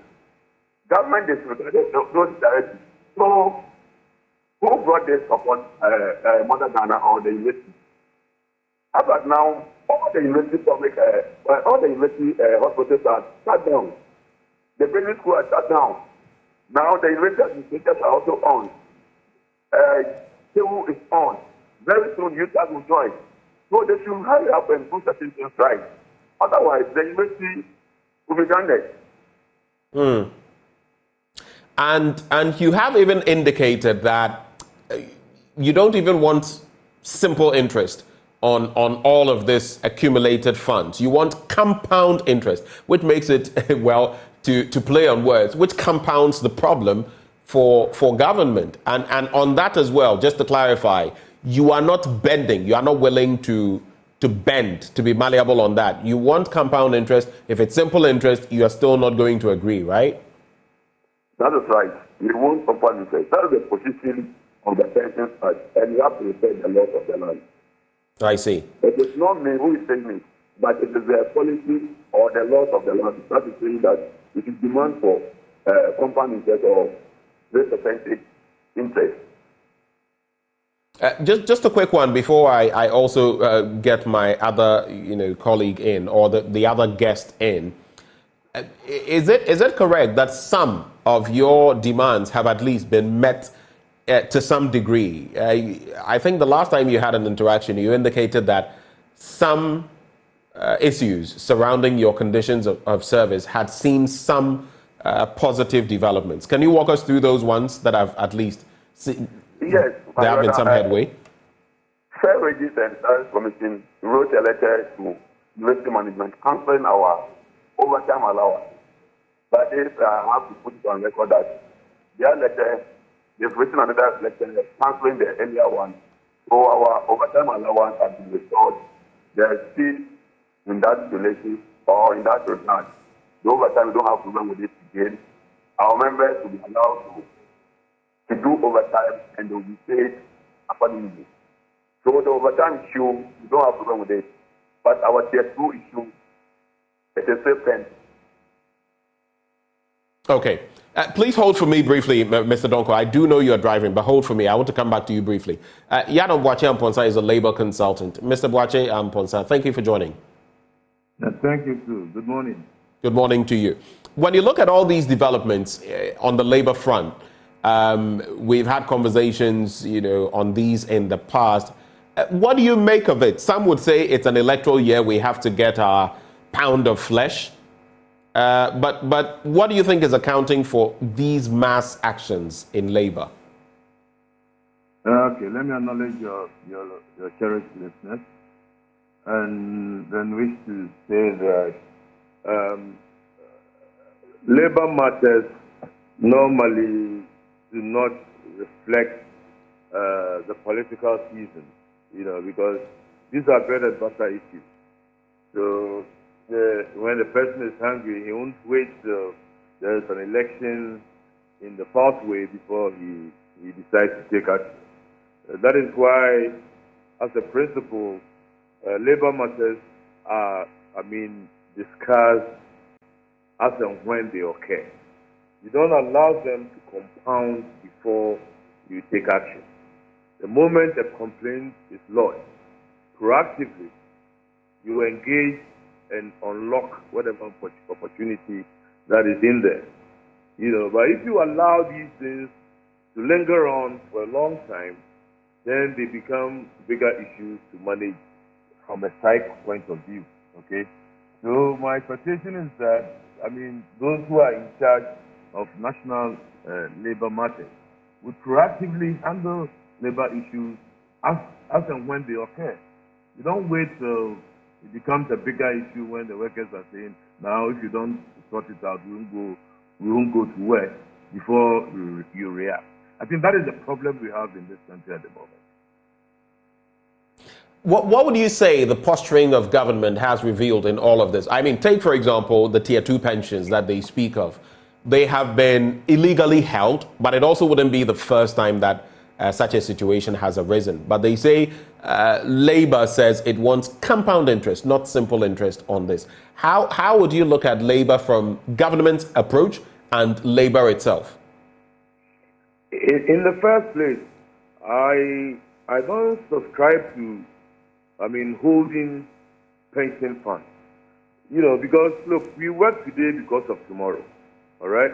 Today you have the strength. So even if you are not working, you can move from house to house and get something to eat. But when you don't have the strength, you cannot work again. That is when you rely on these pensionable incomes. But then if you hold them, then it becomes difficult for the person to reliably even calculate what is due him. So for me, I don't subscribe to that to start with. And secondly, the issue of the compound interest to me is only a negotiable situation. That is what the workers want. What can you offer? I don't think that they will stick to what they want when they see genuine, intentions and approaches to get the matter resolved. Okay, so that one is a negotiable matter. So I don't want to dwell on it too much, but because what they ask for is an indication of the pain that they think they are going through.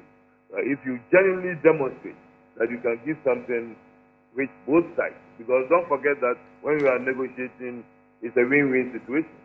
So if they see that you coming from a very genuine position where some resolution could be achieved, I'm sure they will come down. Do you think the requests of Labour are justified in the sense of not just wanting what they deserve, but the other stipulations, the other things they are asking for? For example, compound interest and all of that, especially considering that we are in the grips of an IMF program. Yeah, that's what I said earlier. If the government had done what it had to do, or the employer had done what it had to do, it wouldn't have come today. Now you've created a situation where we need to negotiate. And so I'm saying that, okay, then I'm starting from level 5. Because you will certainly come from either 0 or level 1. Then we judge and come to a point where we all accept that this is where we have to be. So for me, it's only a negotiation ploy. I don't think that they will stick to that throughout the negotiation period. Let me come back. Please hold for me, Mr. Boakye Amponsah. Let me come back to Mr. Donko on this beat. Do you subscribe to what Mr. Amponsah is saying? And moving forward, what can we expect from your outfit ahead of Thursday? My brother, I didn't get him well. So I'm asking Mr. Amponsah, the Labour consultant. He said a few things about your industrial action. I'm asking, do you agree with him, basically? And what can we expect ahead of Thursday from your outfit? Ahead of Thursday, what can we expect? Well, for Thursday, we as a union, we are not expecting anything less than government giving us the money and paying the compound interest. We don't need simple interest. We don't want any negotiation on that interest because the money should have been released earlier for the farm managers to invest the money. So if you want to invest the money for us, then you pay the appropriate interest. So there's no negotiation going into the meeting on Thursday. That is what I can say for now. And are you going to be a part of this meeting? You are definitely going to be there, right, on Thursday? Yes, please, I'll be there. All right. Thank you very much, Mr. Donko, for your time with us this morning. Coming back to you, Mr. Amponsah. So looking at the different dynamics and the different groupings from TEWU, now the TUC on another tangent has threatened on the back of VAT on electricity. They say if it is not withdrawn, they are also going to embark on some industrial action. When you look at all of this, what is your reading? What are your expectations ahead of Thursday, first of all, and then with the TUC, whose deadline is also imminent? the government to quickly assemble the aggrieved parties to the table and get all these issues resolved. Because, you know, sometimes these things have other effects on other matters as well.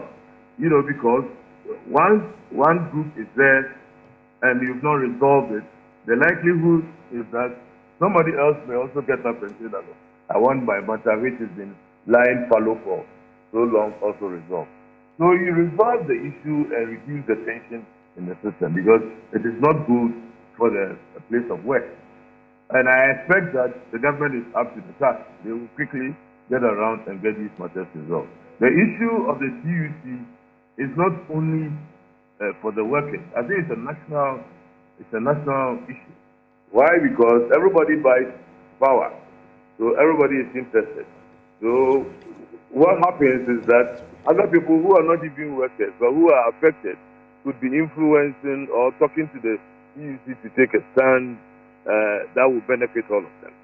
And once they have the national support, it is very difficult to have it controlled. But I believe that even before they went there should have been a discussion.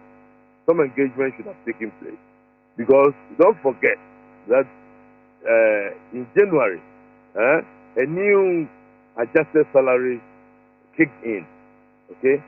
When that salary was being negotiated, VAT was not on electricity. Okay? So you've introduced a whole new dynamic to the system, which for me is not very fair to the working public. So I think that the government will gather around, quickly resolve the matters, and render the work environment peaceful and working. All right. Thank you very much, Mr. Amponsa. Yadon Bwachi Amponsa is a labor consultant. Let's bring on now Ambrose Yao Kwejoja, National Chairman of TEWU. Good morning, sir. Good morning. Thank you so much for joining the conversation this morning. TEWU is in the middle of all of this, and you have already stated your case. But I just, for the sake of our viewers, I'd like you to restate what it is that has got you laying down your tools from Tier 2 to everything in between. Our major issue is the Tier 2. And we have laid down our tools because we are very much apprehensive of our retiring population. People will be going on retirement and have already gone on retirement. So if the Tier 2, a large proportion of the Tier 2 is upheld by government, it is deriving them from benefiting from what is due them after working for all these years. And do not forget, all our members who are on Tier 2, they are the people who receive very low salaries. That is number one. They are not on any other retirement benefit apart from what they themselves have contributed to the scheme. So if government is holding that money from a poor worker, it is very much disheartening. That is why we want to hear something concrete from government. Because we had a meeting with National Labour Commission. They have appealed to us to actually call off the strike. We have gone back to our constituents to inform them about calling off or suspending the strike. So there are still ongoing discussions among them because they are confused. If we go back to work, will government respect and give us what is due us? So these are the issues bothering us now. So in other words, you are suspicious of government. You feel if you were to pick up your tools again, if you were to go back to work, once you did that, once you go to the negotiating table, government will not see eye to eye with you, will not do what you want. We are not sure what government is going to tell us because, my brother, for example, so far what is in arrears is 8 months. Just give us a very good assurance. At the negotiating table, they could have come to tell us that, government is prepared to pay about 6 months.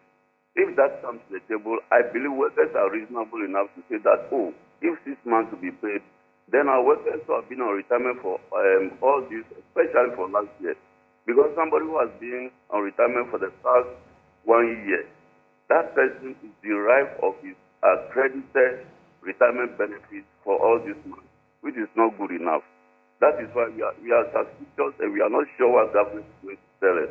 So our people, in fact, there is a divided opinion. Others are saying, let us go back. Others say, no, we are scared. And those who are saying no are more than those who are saying, let's go back. So listening to your membership, it means you are not going back until you sit at the table again. I mean, there is an invitation from Minister of Finance on Thursday, and we are hoping that Thursday something positive will come out, because we believe that after all these days, government is putting its necessary working tools together to ensure that they satisfy the working population, especially the retiring population, and especially the amount held back in respect of TEWU. All right. So, of course, you have stated why exactly you feel if you stop now, you may not get the results that you want. But there is also that standpoint. There has been some negotiation with you, all of you, that you should actually pick up your tools again. The National Labour Commission has said that, and get back to work in the interim. Why are you not complying with that stance? We are not. I'm not saying we are not complying. What we said is that we are going back to our constituents. I believe when you interview us that day, we told you we are leaders. People have sent us to come and listen to what National Labour Commission will say. And then we are going back to them to inform them of the outcome of the meeting. And then they'll empower us again to do what we are supposed to do. Because we have the power holding it on behalf of the population. Anyway, do hold for me. Let me bring in Austin Game. He's a labor expert. Mr. Game, thank you for joining the conversation. Now, if you look at where we've got to, it appears labor is not backing down on this matter. I've posed this question to all those I've engaged on this.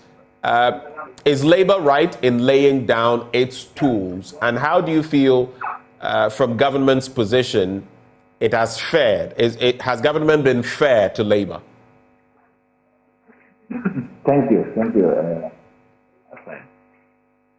It's most unfortunate that we've gotten to where we have gotten to.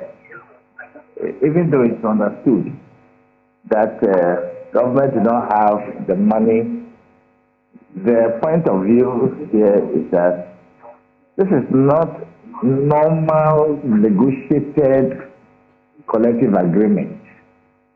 If we are talking about TEWU in particular, this is not the normal collective agreement negotiated item.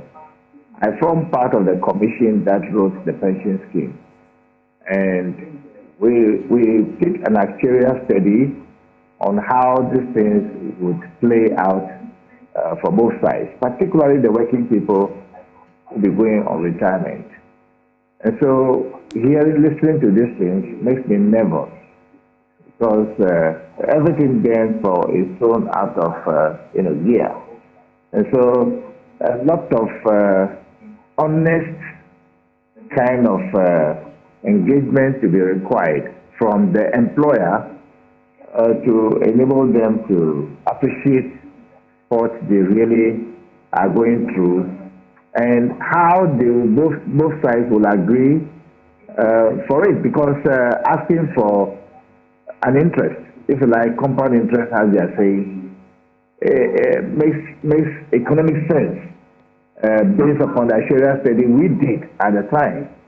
So I think that is very important for the employer to appreciate the dynamics of the concern the working people have, for us to be appealing to the working people, so they find ways and means of how to graduate the payment, terms that they may both agree to, and they have to keep it, because the workers also do know that this is the last term of the government. They are unsure whether they are coming back or not. And that's why they are a bit concerned about it. So that's the point. You say it makes economic sense for them to make this request on their tier 2. But does it make practical financial sense from the standpoint of a government that is in an IMF-sponsored program?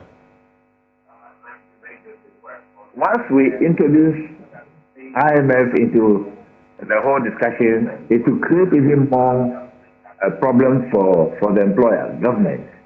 So if I were to be them, I will not talk about IMF because that is not part of the arrangement from the word go. And so if something went wrong and it's gone to IMF, fine. But that should not, deprive me from having access to my funds. So what they need to do is to agree on a payment plan, and they'll have to stick to it. And so that the only leeway for the employer now is to agree on a payment plan arrangement, and the first tranche of the payment will have to be kept. Otherwise, when they fail once, that's forever. They will never accept anything again. For now, I think that we need to appeal to the workers to relax their, anxiety a little bit, go to the meeting, and the employer must be very honest in laying out. They shouldn't bring IMF issue at all, because it's not part of the original negotiation. Yes, but I just have to make this point, Mr. Game. You say, and I mean, I understand labor wholly, but I am just looking at the other side. Definitely, they will tell you, though we've got $600 million, we are expecting within this quarter to get over $1 billion from the World Bank, from the African Development Bank. If you put everything together, $1 billion. But a lot of that is also going into specific things. And labor's money may not have been factored in. And I say may here. So shouldn't that be a consideration in going forward with all of this? Or are you just saying that, look, we don't care, whatever the situation is, give us our money? Is that practical? The language is not to say we don't care, but it's a debt. If you have a debt and it's not part of the haircut, which cannot be part of the haircut, but this is about retirement. It's about lifelong until death do your part kind of arrangement. So you cannot visit such thing on them. Look, this is more serious than anything else. Somebody who is coming on retirement is vulnerable. And when you are vulnerable, you don't have any kind of pleasure of going to table to talk about things that are not. That's not the way we thought about it when we were writing the pages. I told you I was part of the commission that wrote it. So I'm feeling nervous as I say to you. But the intent behind it is completely thrown out of the window. And so it's up to the employer to sit well and examine the pros and cons and find a payment plan arrangement within the money they have got. If that's the only money they have got, then they must cater for them in some way. Everything else, which is priority, this is more a priority than anything else. Apart from immediate health concerns for people, the next thing is that people who are vulnerable and cannot be taken for granted. Hold for me, Mr. Game. Let me bring back Mr. Kwejoja. So from where you sit, there are some of your members who are on the cusp, the very verge of retirement. There are some who have already retired and are not getting their benefits, especially for those who have already gone on retirement. How are they making a living? How are they living? Can you share some stories with us? Hello, Mr. Kwejoja. Yes, I'm on the line. You're on the line. I can hear you. Please speak up for me. Okay. So that is the major problem Labour has now, because like I mentioned to you, many of our members are the people who do manual work, whose work demands a lot of sacrifices.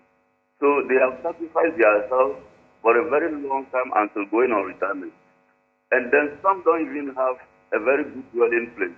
Some of them expect to get that bulk sum to go and make a small place at the resting, but it is not forthcoming. So they are very much frustrated. They are becoming like lifeless, hopeless, and all that to think of. So that is why they call on union leaders that when is our money coming? We are dying. Can't we also enjoy the little fruits of our labor before we go? But my brother, don't forget, it is their 5% of their earnings that has been put aside. So I don't think government has any right to be touching that poor person's money. No. And looking at the TUC, many of you are members. Your bodies are also subunits of the TUC. How would you also react? How does this compound their problem? The proposed VAT on electricity. What is your reaction to that? It's also part of this issue. Government has already done a lot of haircuts in the system. This imposition of the VAT, it looks like they want to cut off our legs so that we don't exist anymore. We'll be crawling now. What did you say? This VAT, if they slap it on, it will be like cutting off your legs. Yes, they've cut off our hair. Now they want to cut off our legs. So please, we are telling government to desist from that. As far as the VAT is concerned, they should rescind the decision before February 1st. Yes. Our ultimatum is up to tomorrow. So government, once we hear something from government immediately, so that workers will be at rest. And I want to tell you, if it will interest you to know, this one is not only working population. Everybody in Ghana is in support of this. Now, it could be the entire nation, not only working. I believe you yourself speaking to me, you are amount, you are concerned. Because you pay 15% of what you have already paid for electricity, which is not good. I'm going to put this question to both of you, and from there we can start winding down the conversation. I'll start with you, Mr. Kwejoja. This practice of retaining pension funds of labor, progressively, how are you going to deal with it? Because I think there's some agreement that it must stop. What is your approach? What is your thinking on that? My thinking is that the government should just go by the laid down law, the law that governs retirement benefits. If government goes by that, everything will be okay for all of us. But if you continue to retain that portion in perpetuity, it will not be helpful to a working class and to the government itself. Because now government is hot in finding the money to pay us. And we are also not going to relent in ensuring that the money is paid to labor. Okay, Ambrose, hold for me. Briefly after this, we'll wind down. Mr. Game, what's your thinking on that? You were one of those who took a look at this document, what we have now as the law, which government after government has not stuck to. How do we resolve this bit about not retaining the funds of pensioners? How do we do it? Yeah, thank you. We took notice of the fact that there could be some little bit of delay in transferring money that have been lawfully deducted from the wages of the beneficiaries to be forwarded to the fund managers. We took notice of that during the writing of the pension scheme and said that should they delay more than a certain number of days, they will have to pay interest on the money so that there is no lacuna in the return on the investments as we envisaged. So it is not for the pleasure of any employer. I'm also an employer. I have workers. When I withdraw that money, it's the first thing I do because I've told you the most vulnerable people in the world are kids that are born today who are helpless, and when people have come of age, 70 and above, and they are having problems, I guarantee you they are helpless. The word helpless is charitable. So it is not something for an employer to decide what he or she likes to do. It is mandatory. It's a statutory, provision. And so employers must make provisions for such monies when they are deducted, to be forwarded to the fund managers without even thinking and blinking their eye over it. If you don't have the money, engage the people and have a payment plan arrangement as to when and how you retire it with the interest, on it. Anything short of that, I am always speaking from a professional point of view, and for somebody who was present and as one of the commissioners that wrote the pension scheme. It's not negotiable. It's not a negotiable item. It's not a collective agreement-based thing. It's statutory. Mr. Gami, any final words? I'm appealing to the working people to have empathy. In this case, it's not about sympathy. To have empathy on the employer and go to table with them. If they have a payment plan for them, let them take a close look at it and accept it and work with it. But continuing to be on strike over it may also be hurting. That's my appeal.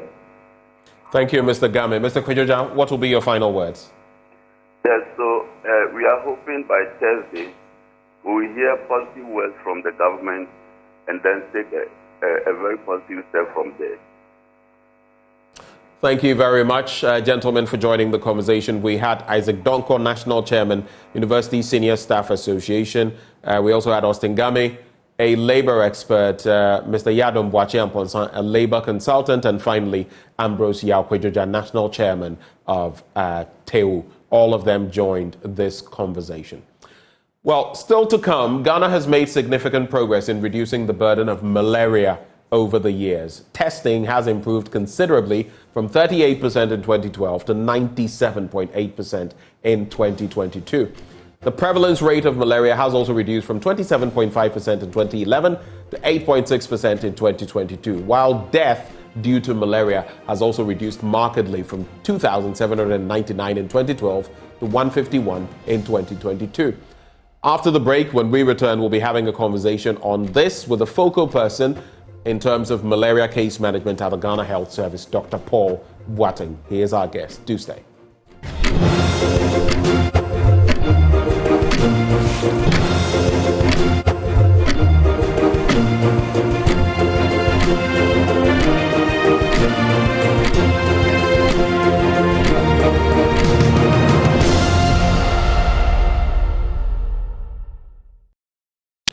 Welcome back on the AM show. As announced, we're going to focus on malaria, how far we've come, what gains, what strides we've made, and what the way forward is. Joining us for a conversation, we have the focal person, malaria case management at the Ghana Health Service, Dr.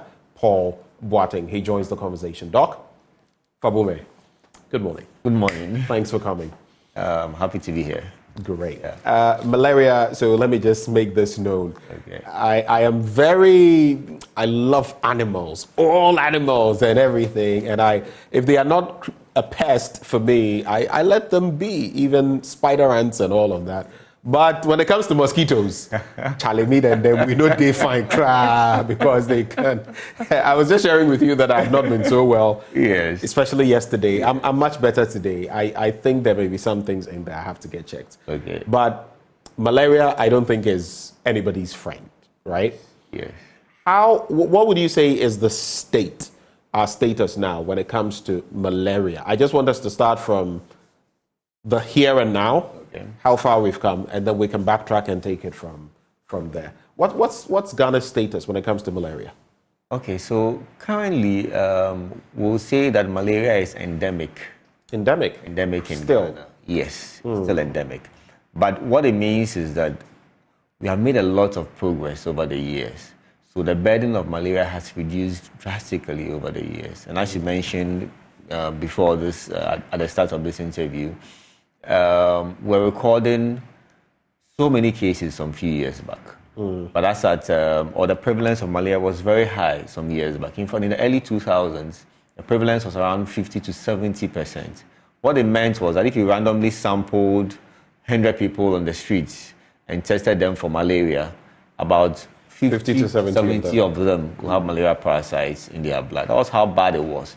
And this has reduced consistently over the years, based on several interventions that have been implemented. And as at last year, our prevalence rate as a country was around 8.6%. What that means is that if you randomly sample, again, 100 people randomly across the country, just 9 of them will have parasites in their blood. So that's great, tremendous progress. When you look at deaths due to malaria as well, so we're recording deaths in the thousands some few years back. But that's at 2022, deaths were around 151 deaths, and that's a very significant improvement. And so yes, malaria is still endemic, but we've made significant progress over the years as a country. I see. Yeah. And now talking of all of this, what have we had to do over the years, from the early 2000s to the 2012s, 2013s, to get to where we are currently? And let me just let you know, those of you watching us, that at some point we'll activate the phone lines so we can have conversations on these matters. I know that in different parts of the country, the endemic position is more or less. Yes. So you can also call through and share your thoughts with us as we have this conversation. Back to so just before I come to that, as you mentioned, the prevalence is high in some parts of the country and lower in some other parts. So for instance, as of 2022, from the Ghana Demographic and Health Survey, the highest prevalence was in the OT region, which is 15%. OT? Yes. 15. And the Greater That's Accra my region. Oh, that's your region. It Okay, is. that's great. And the Greater Accra region had the lowest prevalence of 2%. And so, of course, the prevalence is not even across the country. But you asked about what we have done to be able to bring down the burden of malaria over the years. And I think that one has to do with use of preventive interventions, deployment, and making sure that preventive interventions are used. And one key one is the use of insecticide-treated nets. I know we've gone through a lot of stages where it was just the nets, then we impregnated them with the insecticides, and now we have the insecticides impregnated on the nets itself. So we don't have to now put it in a chemical and now hang them up. And so we've been able to do this net distribution over the years, and we've made sure that a lot of households have nets. We are ensuring that people use these nets as well. The other interventions we've rolled out is what we call indoor residual spraying. Indoor residual spraying is that you spray the inner walls of various houses, okay, with insecticides. And what happens is that because the mosquito that transmits malaria will usually bite indoors and rest on the walls. When they rest on the walls, these insecticides will kill them, and then will reduce the transmission of malaria. We've also had other interventions such as what we call larval source management. We know that mosquitoes that transmit malaria breed in collections of water. And so what this intervention does is that they identify collections of water where the baby mosquitoes are what we call the larvae or the pupa. And then once they identify them, they spray them with environmentally friendly chemicals that are able to kill these larvae and pupa, prevent them from growing into adult mosquitoes and transmitting malaria. We've also been able to improve on access to healthcare, particularly malaria diagnosis, that's testing and treatment. You realize that we've had several interventions where we've made sure that now we have rapid diagnostic tests virtually everywhere across the country. Some years back, it wasn't so. So you can even test in over-the-counter medicine shops and pharmacies, make sure that you are tested before you are treated. And also make sure that ACTs are readily available across several parts of the country. These are just a few. There are many more I could talk about. But just I know of some paint for buildings that have components that can, I think, prevent all of this. Is that something else you've also looked at? Yes, I mean, it just works just like the indoor residual spraying, basically the same kind of insecticides that are used. Of course, there are different insecticides, but we have to look at what the paints that are being used. But they're also effective in terms of killing the mosquitoes and preventing malaria transmission as well. Is it the consistency that has brought us this far? Of course, I'm looking at the figures, and maybe I'll come to you for some part of the regional distribution, because OT region 15% is pretty high compared to the average of 8%. That's almost twice the national average. And then you have a very low rate in the Greater Accra region. I'm wondering in there, is it more education? Is it that the population in the Greater Accra region is more of something compared to other? I mean, what are the dynamics in there? Yes, so I think you mentioned it. One has to do with education and also what we'll call wealth levels of the people. And once they are wealthy, they'll have... So the capacity to buy? Yes. So one has to do with education. So once they are aware of how malaria is transmitted, they don't have very negative perceptions of how malaria is transmitted, and they are implementing those preventive interventions, then they are more likely to get malaria. Also has to do with most of the time those in the urban areas have improved housing, and so they have less bites or less mosquitoes within their rooms and less bites as well.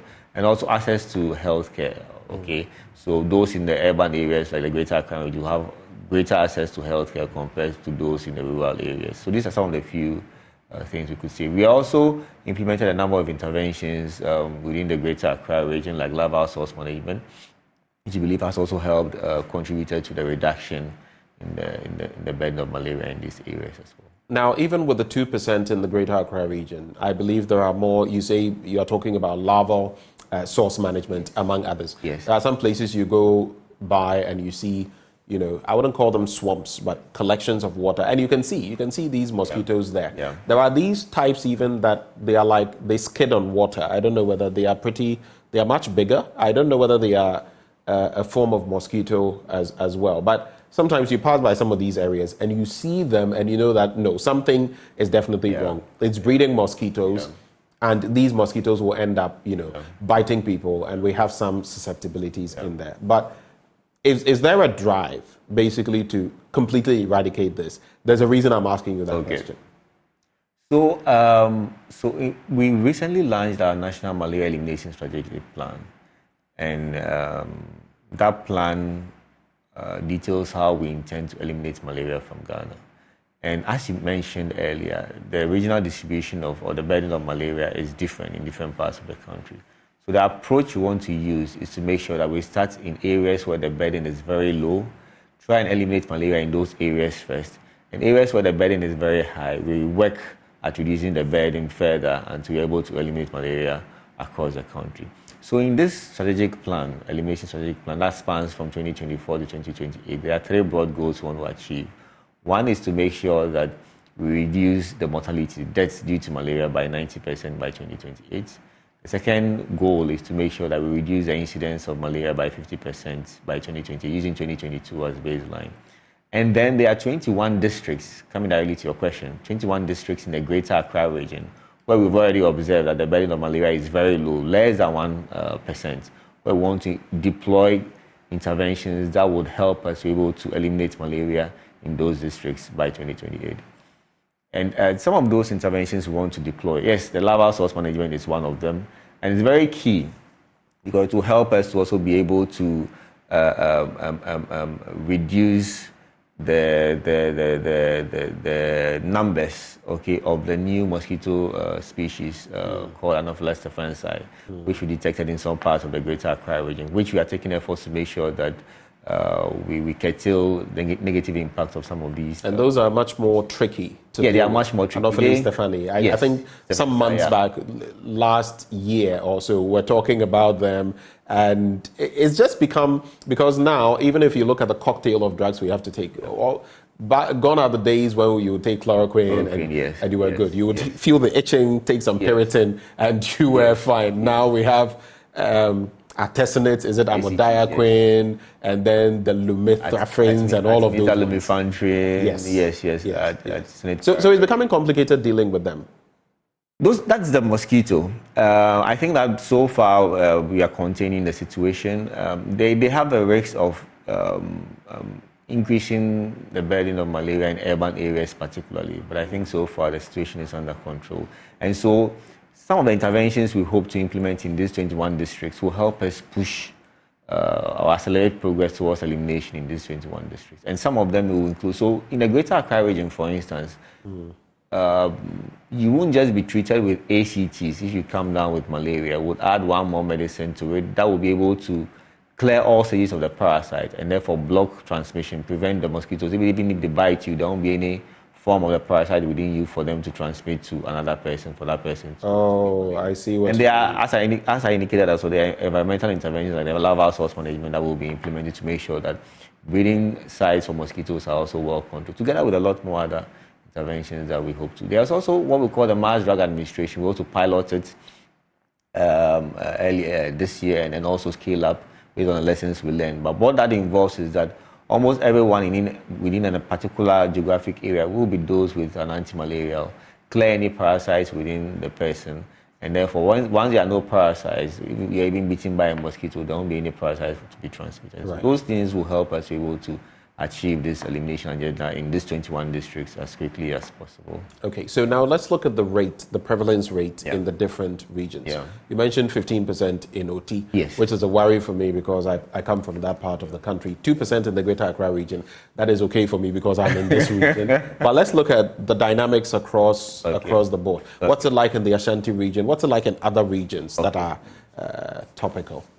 Okay, so as indicated, the Ashanti region I'd have to check the figures. Okay. But no, you can go ahead and check. Okay, let me just quickly. We'll just quickly get there so that we can know what the figures are for each of those regions. Of course, we'd like to see what the breakdown is. And that's why we're also inviting you to call and share your thoughts, because malaria is everyone's problem in Ghana. I mean, most people, if they are ill, it probably is malaria. I'm not saying it always is, but it probably is. It's a very endemic situation here. So that's why we're having this conversation this morning with the focal person, malaria case management at the Ghana Health Service. He's in the person of Dr. Paul Boateng. He has the figures now ready for us, and we'll be activating the phone lines in a bit to get your thoughts. But back to you, Dr. Boateng. So yes. what is the tail there? So in the Ashanti region, we have a prevalence of 7.5%. 7.5 in the Ashanti region. Yes. That's very close to the national average. Yes, that's a bit close to the national average. Okay. Yes. Then from there? So I'd like a breakdown of each of the regions, yes, the prevalence. if you have it. Oh yes, I can give that to you. So the central region has 9.6%. Central 9.6. Yes. Okay. Western region 9.7. Okay. Western North 4.4. Okay. And Volta region 6.4%. OT region we said 15% already. Eastern region 6.7. Bono we are having 12.1. Sorry, Bono 9.9. Bono East 12.1. Ahafo 11.8. Northern region we are having 10.6. Okay. Northeast 10.3. Savannah 12.1. Okay. Upper West 13.4, and then Upper East 12.2. Okay, so Upper East 13 point. Did you say 12.2? Upper East 12.2, yes. 12.2. Yes. So if you look at it, then it means with the Ashanti being at 7.5, let me just take a look at this. Central with 9.6, Western with 9.7, those are pretty high. Yeah. Bono with 9.9 is also high. But Bono East, our very own Director of Health Services there, he's a colleague, 12.1%. I know, and I'm only mentioning this because I know he's not going to be happy about that rate. He would want it to fall a bit more. He's a very passionate man when it comes to health, and I know that he would be worried about that situation. We wish you the best on that. Then there's Ahafo with 11.8, and then Savannah with 12.1, Upper East with 12.2. So if you look at it, those with pretty high, let me see, 1, 2, Upper West with 13.4.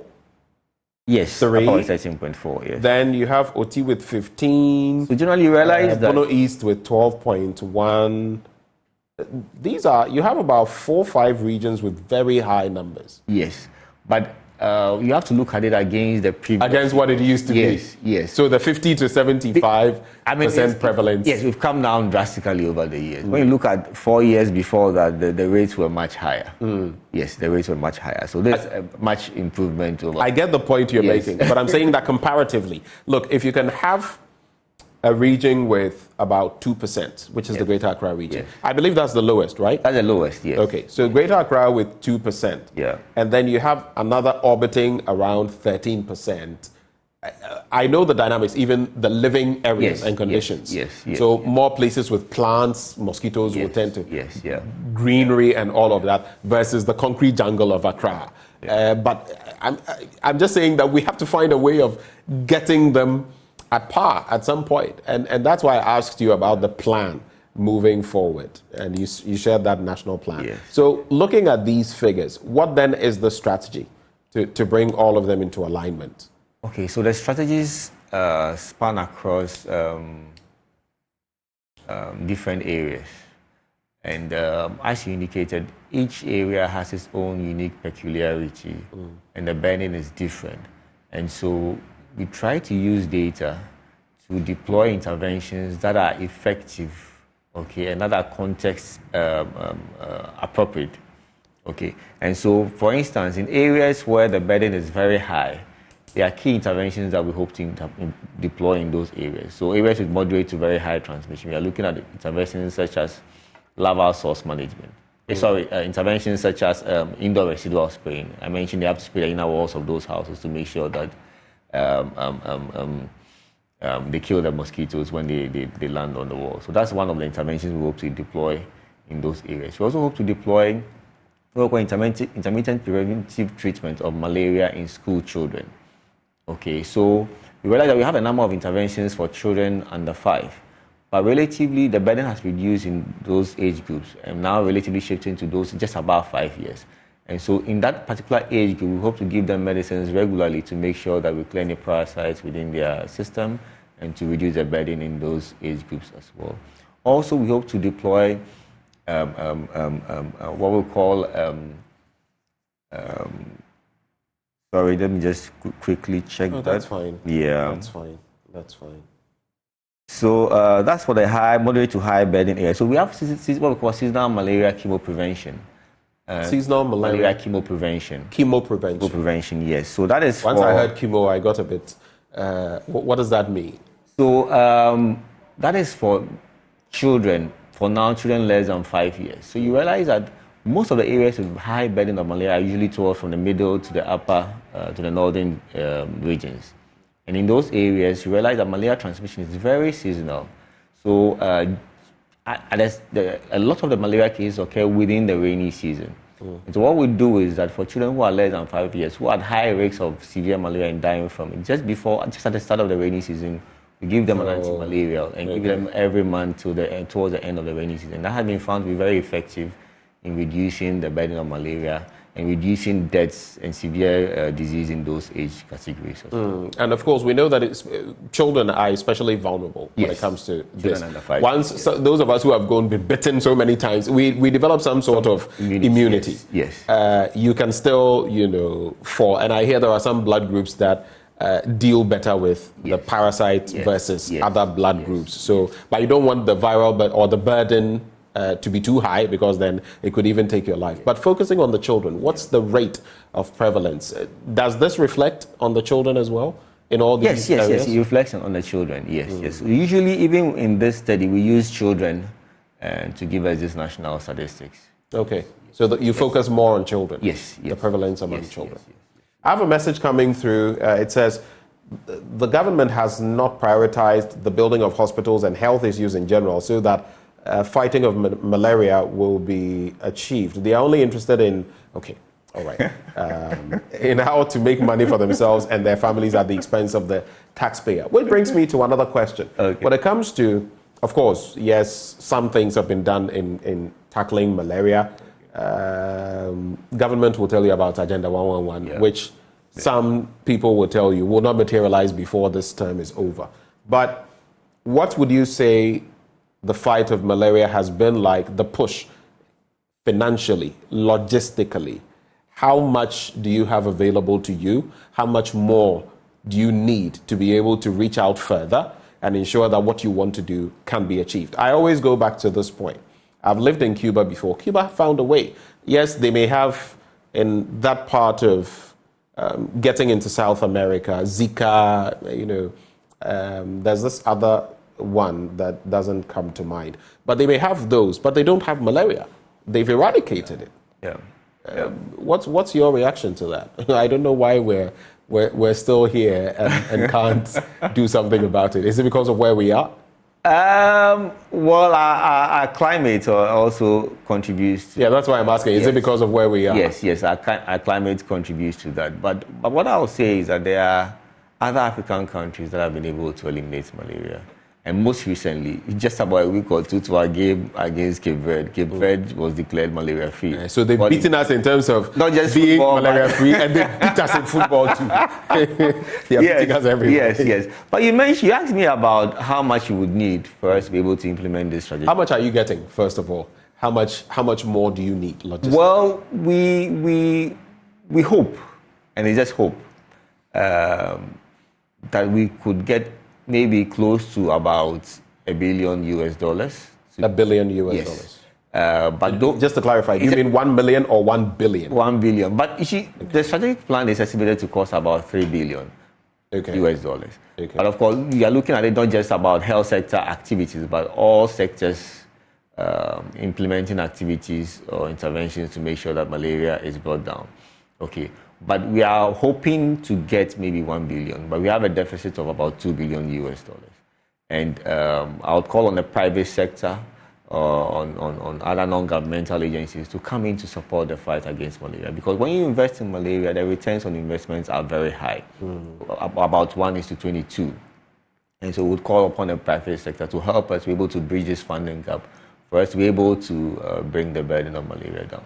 Sometimes people may think or see malaria not to be so serious, and it's one of the challenges that we face. And we try to make sure we educate people to realize that malaria is a very serious illness. It affects virtually almost every vital organ in your body. And just recently, I encountered a patient's parent at the Kolibu Teaching Hospital whose child had developed stroke because of malaria. And most a stroke? Yes. On the back of malaria? Yes. And so malaria can affect basically all vital organs in your body. So from your brain to your lungs, to your liver, to your kidney. I was just about to mention the liver. It can cause kidney failure.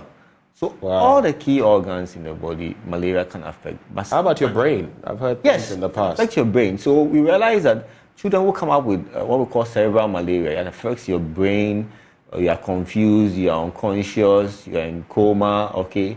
Sometimes if they're able to even recover, they may come down with some cognitive deficits, okay? So they are not able to do well in school. They may have neurodevelopmental, motor defects and all of that. So malaria is a very serious illness. So it's important that we give it the necessary attention. Now, don't think that, okay, we just go and buy some ACT and we should be fine. No. Malaria can easily kill. And those countries who realize that malaria is a serious illness are taking steps to make sure that they eliminate malaria. Even China also just recently eliminated malaria. Look at the size of China, the population of China, but they deliberately took steps. Okay, we have their very high number of cases, over 30 million cases. But over the years, they took deliberate steps and they were able to eliminate malaria from this. What it means is that once you have the vision, you are committed to it, and you put in the various interventions in the right way, you should be able to eliminate malaria, just like other countries have been able to do that.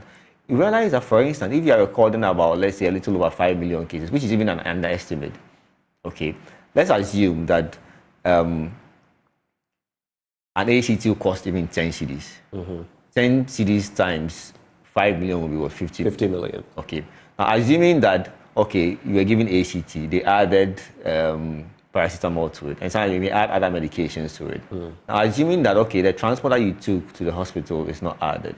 When you went there, you were admitted, okay, the costs of hotel or whatever, hostel or whatever, and all those things, it makes the cost of malaria very, very high. Not adding the cost of these other interventions that we are doing is very, very high. But of course, if you're able to invest in malaria and able to eliminate malaria, we will significantly bring down this cost. It costs us about 6% of our GDP virtually every year. Right. It's something that we need to be serious about. Malaria costs about 6% of our GDP every year. Yeah. In other words, in malaria, it is maybe truer than in other cases. Prevention is better than cure. Yes. Prevention is the best option. And you look at its impact on productivity. But just to confirm, so you said that you would need about $1 billion. Is it to eradicate malaria or just for, within which period? Is it to eradicate malaria or within a specific period to aid the fight against malaria? So to aid the fight against malaria. Remember, I'm saying that all these things is composites. Not just the health sector, but all other sectors. Because if you want to eliminate malaria, it is not just the health sector job. All sectors are important. All sectors are supposed to come on board, from education to environment, sanitation, all agric, and all of them are supposed to come on board. And so this is for the period of 2024 to 2028, putting all these sector activities together and make costs about that much. I see. What are your thoughts? You can reach out to us 0302-211-691 extension 2, 0302-211-691 extension 2. How do you think we're faring when it comes to the fight against malaria? What is the case in your specific community, and what more do you think we should be doing? What are your expectations? You can call those numbers with your questions. Kwabena J says, Ben, I think this malaria eradication must be supported by all. We with all blood groups are said to attract more mosquitoes. Is that true? He's asking. I am in the O bracket. And I know a lot of people. I think O has quite a number of people in there in terms of the blood group. Yes. Is that correct? Yes. Compared to the ABs and the... I have to cross-check that. But I think others. I have to cross-check that. Yes. So yes, the O's, I think that in terms of protection against... I think he's suggesting that O's are more susceptible, not that they are more... But I was talking of the blood type O, whether O positive or negative, being there are many more people, human beings, who are of that blood. I have to cross-check. from what I have seen in the past. But anyway, back to you. Yeah. Okay, so we have a first caller, Patricia from Tamale. It gets pretty humid there. Patricia, good morning. Good morning, sir. I would appreciate it, Pat, if you could just raise your voice a little bit. What do you have for us this morning? This morning, I'm grateful to speak to you, especially in the National Focal Subject. I want to thank you very much for the efforts they are putting up in order to eradicate malaria in the country. But my aspect is concerning their Greater Accra prevalence rate being so low.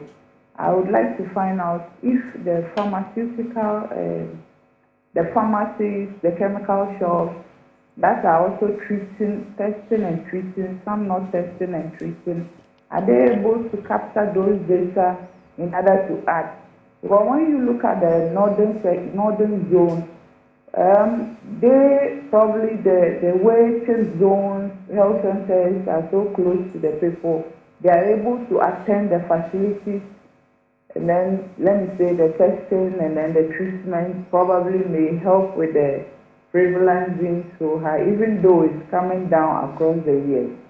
But when we compare the northern with the southern, education and other things, the literacy rate is higher in southern sector, and therefore I think probably some of the measures they are able to control than the northern zone. But then, are they also taking data from the pharmacy shops, the chemical shops, in order to add and compare? Pat, so basically what you're saying is that in the southern zone, there's more density when it comes to hospital facilities or clinics, so people could go there. But when it comes to the northern zone, you may not find too much of that, but you may find a lot of people going to pharmacies and getting treatment from there. That's what you're saying? I'm saying in the northern zone, because of the church compound, okay, very close to the people, you see that they prefer to attend the health facilities, and so capturing of the data is easier.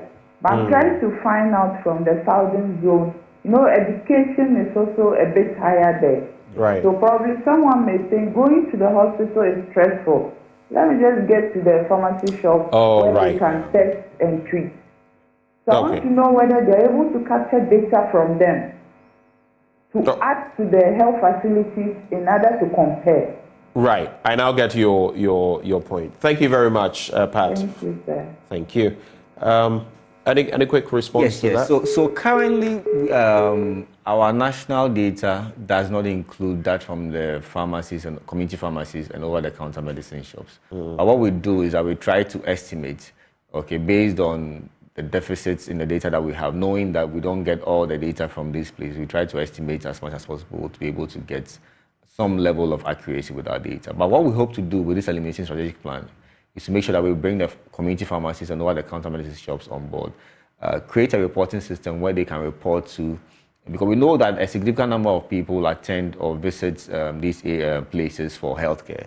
And so we hope to get them on board, get data, train them, supervise them to make sure they are testing appropriately, they are treating appropriately, they are referring appropriately, and make sure that we get also accurate and timely data from pharmacies and over-the-counter medicine shops to us to be able to get accurate national data on malaria.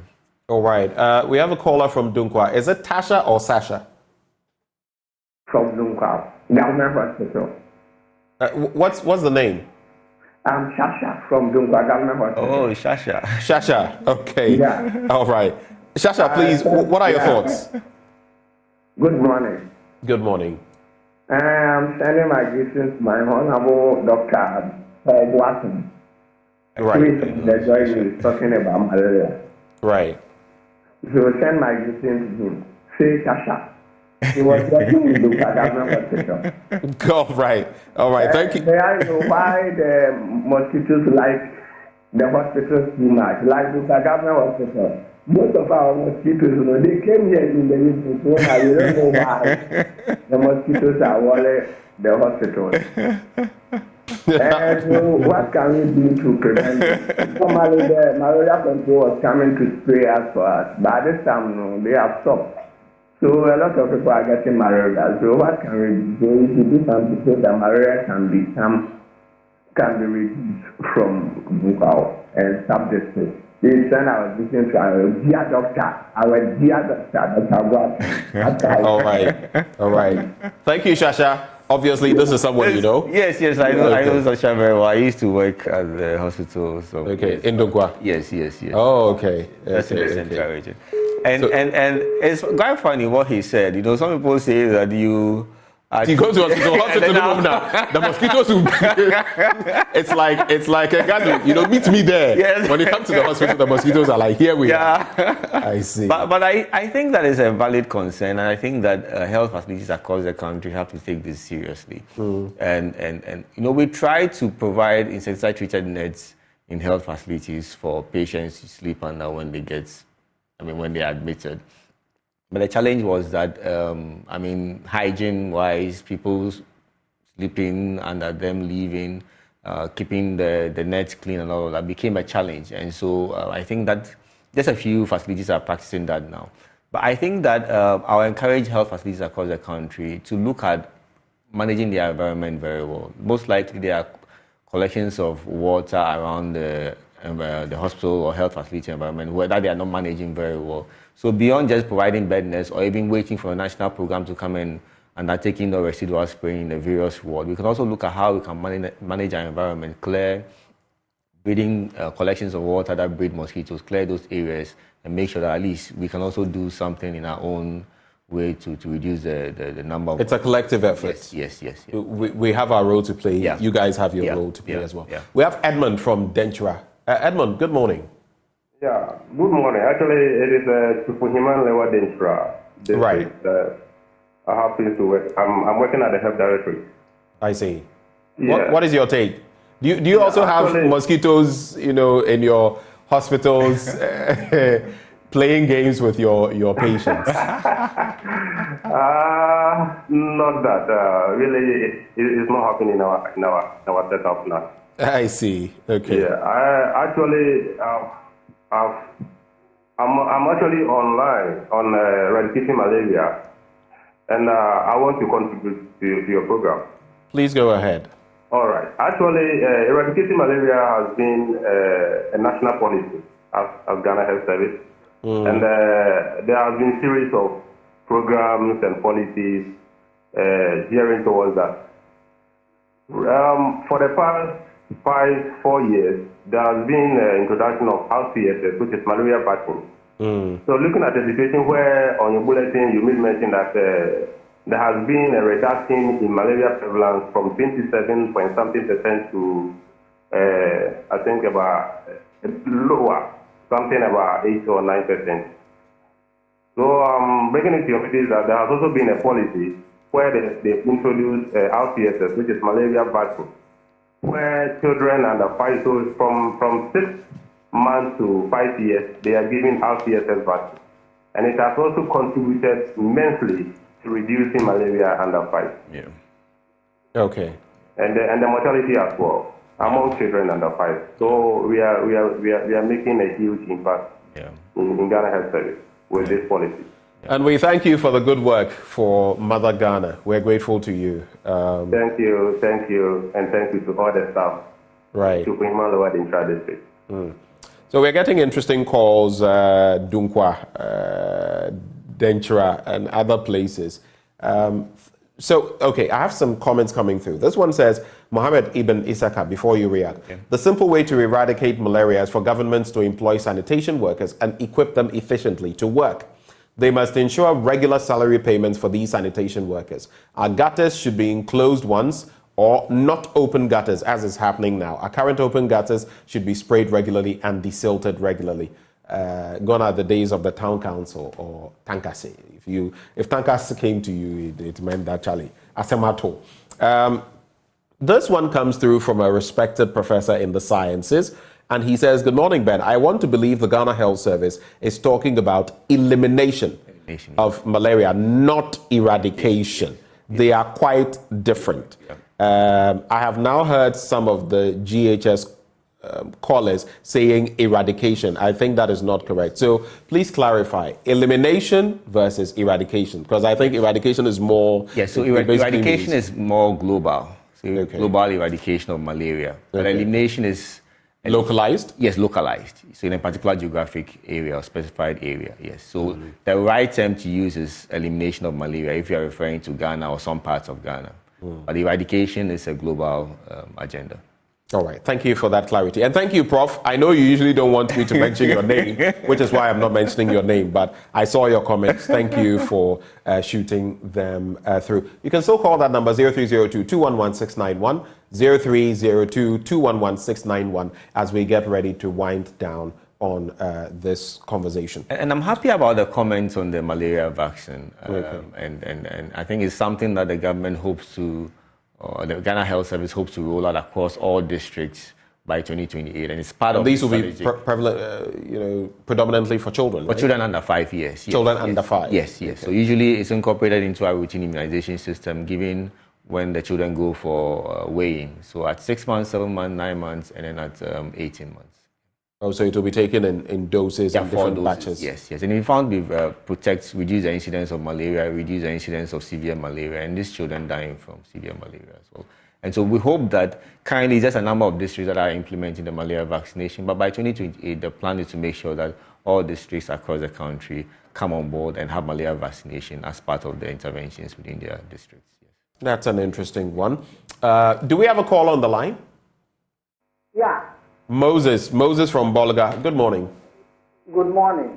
Thank you for calling. What are your thoughts for us? Yeah, my thoughts are that the professional there, the doctor there. He is Dr. Boateng. Yeah, the doctor in George. Yes. He's only putting dust into our eyes. Hey. I want to ask him whether the professional, whoever came to Bolga here, organized a program educating us about malaria and how to educate it. So, as if we are not Ghanaians, are we Ghanaians at all? But just to find out from you, the mere fact that you may not have seen doesn't mean they've not been there. You know that, right? I'm in Bolga Central here. You're saying that I haven't seen. If something is going on in Bolga here, as a pastor, so I wouldn't see. I myself have gone to. I was listening about 2 weeks ago. Everything I have to buy. And even buying still are not still well. So what is it? Wait, are you talking about payments when you go to hospital to treat malaria, or you are talking of... Including even the doctors these days, the way and manner, sometimes they train the wrong people. Okay. They don't know anything. You see, you go to hospital and they'll tell you that, we can detect 5 little bits in your system. Now, they are the drugs, all the drugs for you to go and buy. And you go and buy, then for about a week, you go for review. And now they are telling you that it is BP to the highest level, admitting you. So the first time, why is it that BP to the highest level? They could not detect it at first. Now they say typhoid, from typhoid you go for review, and it is now BP. All right. Thank you, Moses, for sharing your thoughts with us. So interesting comments from Moses, because he seems to suggest that he is basically saying the doctors we are putting out may not necessarily make the cuts. That is one. And I know that sometimes people have some of these questions. He also, I think he was talking about the cost when you go, even with your national health insurance and all of that. And then I think the third point was that, look, if you guys embark on these drives and all of that, speaking to people about malaria education, how come he's never met you? How do you address these issues? So one, I think that education is a continuous effort. And I think even this platform offers us a good opportunity to put the message out there. So at least I'm happy that he's listening to this program and he's heard about malaria elimination in Ghana, the hope of us eliminating malaria in Ghana. And I hope that some of the interventions that we put across and some of the preventive measures that he can take to prevent malaria, he'll be able to adopt them. So I'm happy at least he's listening to this program. And actually, we do a lot of education, also what we call social behavioral change activities across all parts of the country.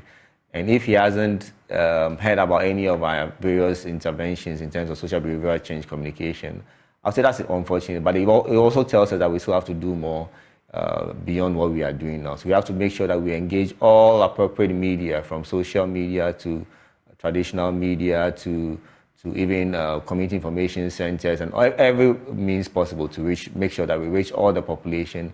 They have adequate knowledge, adequate attitude about malaria prevention and malaria treatment. So it's something that is some little feedback that we can take and try to improve upon our social behavioral change communication intervention as well. Right.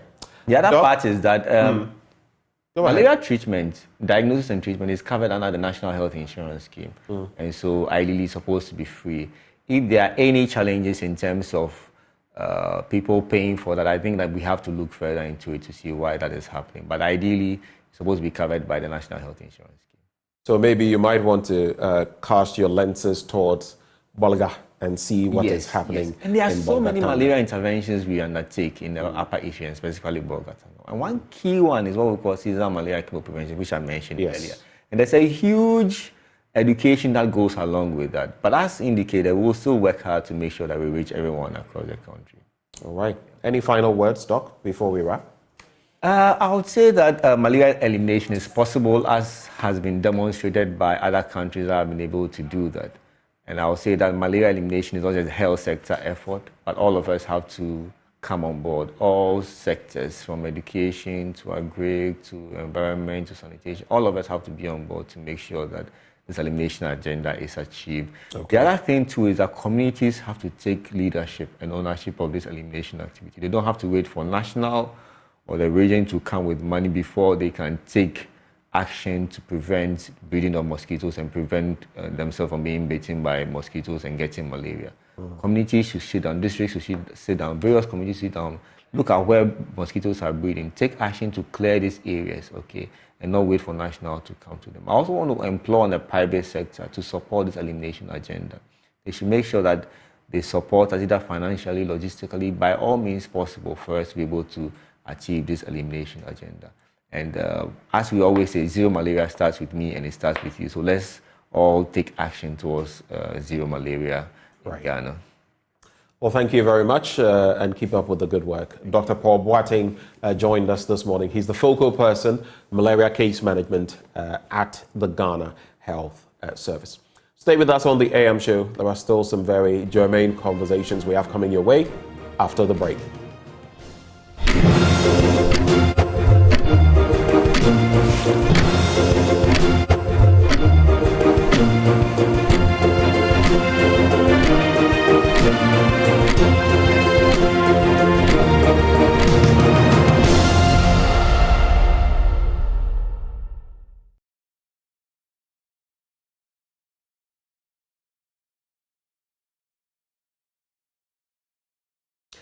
All right, we're heading to the central region now, to the girls who don yellow and green. And of course, I love their motto. I'll start the conversation off with that.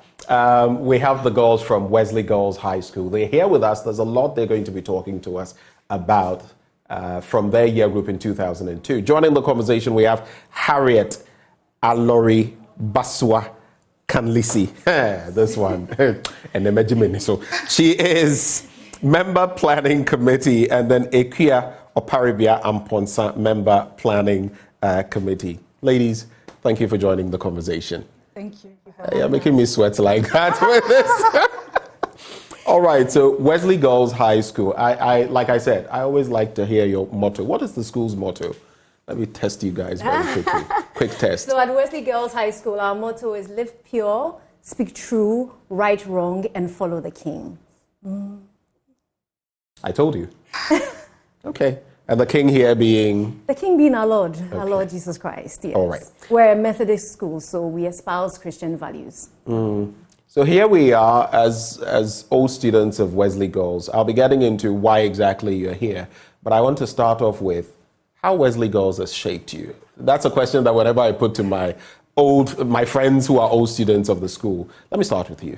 What would you say the impact has been of Wesley Girls High School, the Methodist formation and everything on you, or the Wesleyan formation? I'll say discipline. Discipline. That's in a word is discipline. Discipline in everything you do with relation to your studies, your interaction with others, time management. That was a big deal in school.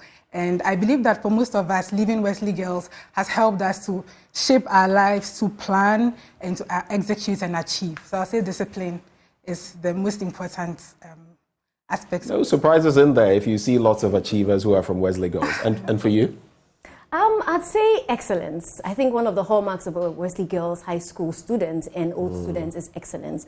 We're trained to be the best that we can be, to always give our best. Mediocrity is not tolerated in Gehe. And so you leave the school knowing that whatever you set your mind to, you can achieve, and you give it your very best shot. So excellence, I'd say.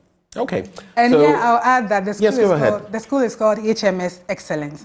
It was built like a ship. So when you get to Compton's Bridge and you look upon the school, it looks like a ship was built in that form. And you know, in those times, the royal ships were called Her Majesty's Service. So HMS Excellence. So that's the name of the school. I don't know whether you knew that. First time I'm getting to hear it. HMS Excellence. So I guess it's been in your blood right from the very start. Absolutely. But let's talk about, it's been what, 2002 till now, it's been some 22 years thereabouts. And we all know about the legacy projects. Many schools have them. Tell us about Wesley Girls High School, starting with you, and your legacy project that you're aiming at. Okay. So, as you know, everybody knows Wesley Girls High School as the foremost girls' high school in the country. I don't want any holla because I have friends from other places that will really counter this. Wide open for debate there. But yes, the St. Roses and other girls will have a bit to talk about that. But today, let's do Wesley Girls. So Wesley Girls is 188 years old, and this is going to be our 187th speech day that is coming up. Okay. We were founded by the wife of a Methodist minister. Her name was Mrs. Namesake Harriet Wrigley, and she founded us with 25 young ladies that were meant to be groomed to come out as excellent homemakers, career women, nation builders. So they learn things like reading, writing, sewing. There was a lot of emphasis on spiritual and moral development. It started off as a primary school and then later evolved into the high school that we have today that is located in Kakumdo. So that's the history of Wesley Girls High School. Now, when it comes to our legacy project, so what happens is every year group really looks forward to 20 years after graduation. What happens is we go back to the school and we give back to to show our appreciation, to show what we've been able to accomplish in the time that we've left the school. Because really, we owe a lot of what we are today to the school. Which is why I started the conversation off on that. Right. Yes. So our legacy project this time is, usually it will be one year group doing one project. They may renovate a classroom, laboratories, the school park. But this one is actually quite unique. Okay, what is happening is we're embarking on a major project. Okay. It's going to be a big 2-story resource center, multi-purpose building. Okay. It's going to house a centralized administration and a versatile resource center for both the students and the staff. Okay, so what we've done is, instead of having just one year group embark on this project, it's actually been headlined by 3-year groups. Our big sisters from the 2000 and 2001 year group are involved. And then additionally, we have supporting year groups, those 10 years, 20 years, like decades behind, supporting us. A total of 12 year groups coming together to put up this great building that is going to greatly impact girl-child education in Wesley Girls and the country as a whole. Okay, so I found it interesting when I was told 2002 and then 20 years on, and I was like, hey, this is 22 years on. So now it's all making a lot more sense. Different year groups, 12 year groups on this project. Well, 3 headlining year groups. 3 headlining. With, the others supporting. Yes. Okay, so it's a major. About how much are you looking at for this project? About $450,000. $450,000. Okay, that's quite a project. I don't want to translate it into Ghana cedis. It would look immensely huge if you did that. What are you hoping this project will, when it's done, APL, let me come to you. When this project is done, what are you hoping it will contribute to your alma mater?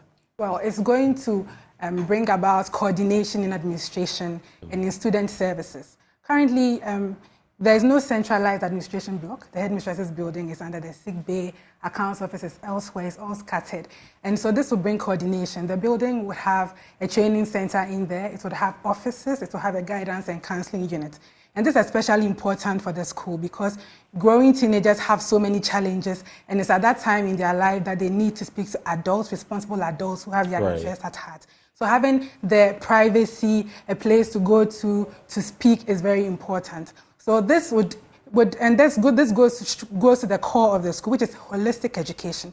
We are not just looking at classrooms. We are looking at all other factors that go to embody a student and to embody staff. So we also want staff to have good working conditions, a staff room where they are not crowded, a place where they can mark, a place where they can discuss their issues, a place where they can be trained. And so we are hoping that when this is completed, it will be of immense benefit to the school. When are you hoping this will be completed? Well, we had hoped to complete it this year.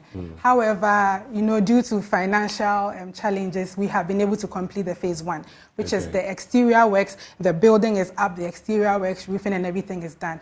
And so we are looking at subsequent year groups, the next 2003, maybe 2004, finishing up with the interior.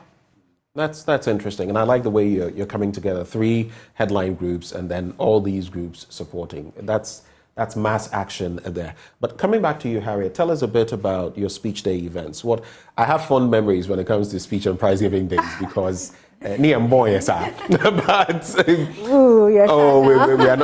bad like that. Nice. What is the plan for that? So Gay Speak Day is always an event. It's something that everybody looks forward to, especially the old students. You have people traveling from all over.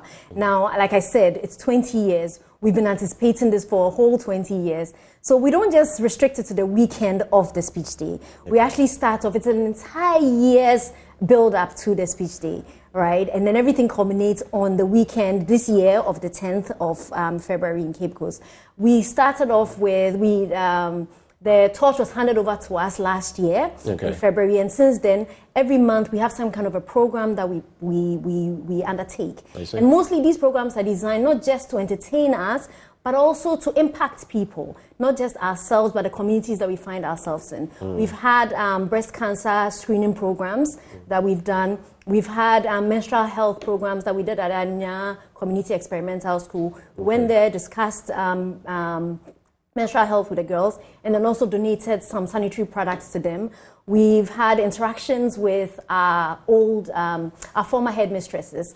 We've also had interactions with the supporting year groups, what we call the It Takes Twos to Tango. It takes the two to tango. Our supporting year groups are the decade year groups. So 62, 72, 82, so we are the twos. Yes. Right. So there's been a lot of activities. I'm not going to be able to go into all of them just yet. And then all of this is going to culminate in the actual Speech Day celebration on the weekend of the 10th of February in Cape Coast. Now, this is going to start on a Thursday. It runs from Thursday till we leave Cape Coast on Monday. So, Oparibia, do you want to start about some of the programs? Okay, so like Harriet said, this is a very big deal for us. People have been planning this for the past 1 year. We have our colleagues already coming into the country, those who are outside the country, and we'll start on Thursday. Thursday is the awards, proficiency awards are given to the students, the current deserving students. And then we'd also have a health screening at Kakumdo Community Center. Now, Kakumdo is the community that hosts the school. That's where the school is situated. And so we are on the Kakumdo Hill, and we are affectionately called the people the Kakumdonians.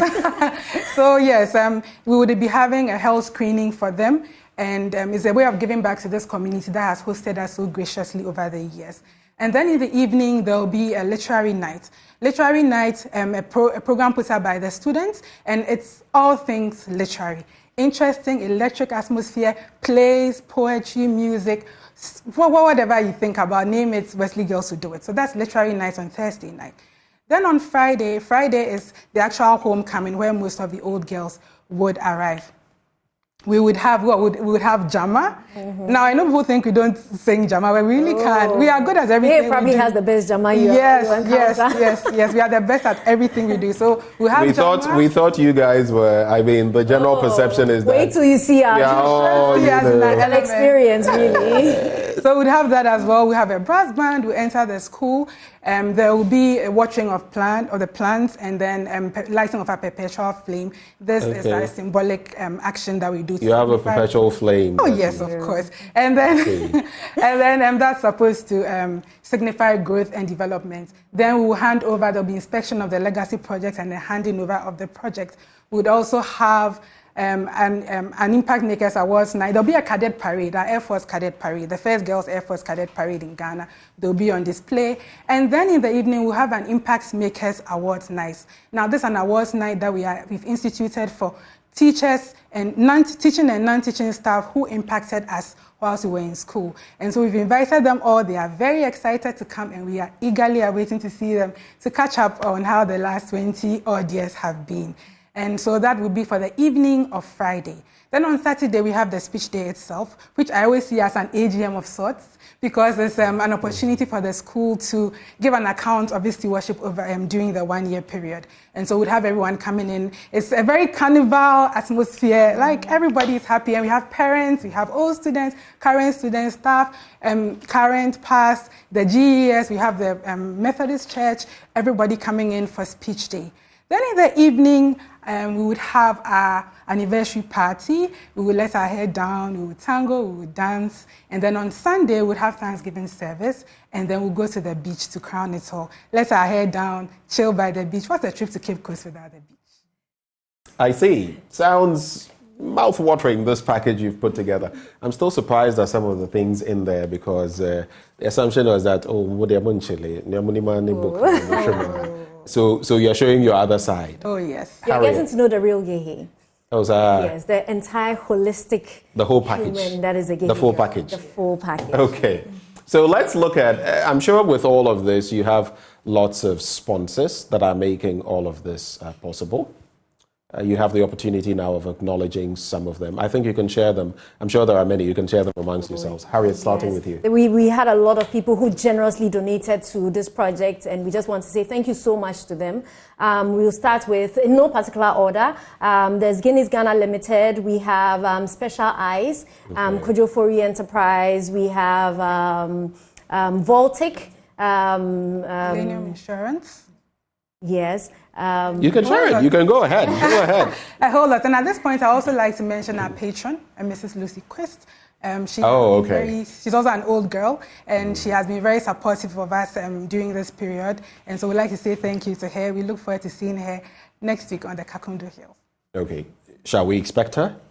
Oh, yes, absolutely. Of course. She'll be there, yes. All right. Are there any others that come to mind that you'd like to acknowledge before we go?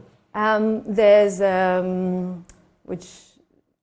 There's quite a number of them. The names escape me right now, but yes, there is a long list. But to all of you, if you've contributed towards this, what they're basically saying is they're grateful to you. We've had a lot of individual donors and sponsors, our colleagues at work, our family, people that we've gone to our church, and we had a GoFundMe, we had a lot of people donating. Yeah. So we just say a very big thank you. Thank you for supporting this cause. It's going to help your children in future.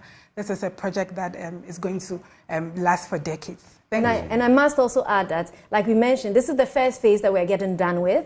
So if our younger sisters come to you in the future asking, the same way you've been incredibly generous to us, we ask that please accommodate them and see how you can help them, because this project, like we said, is going to greatly impact Ghana as a whole, not just Wesley Girls High School. So thank you so much. All right. So that has been a further appeal because they're done with phase 1. They're going to phase 2. And Corporates Ghana, among others, you're reaching out, right? Yes, we are reaching out. And all the gays everywhere. Everywhere. They should contribute. Okay. Any final words? Ikuya, I'll start with you.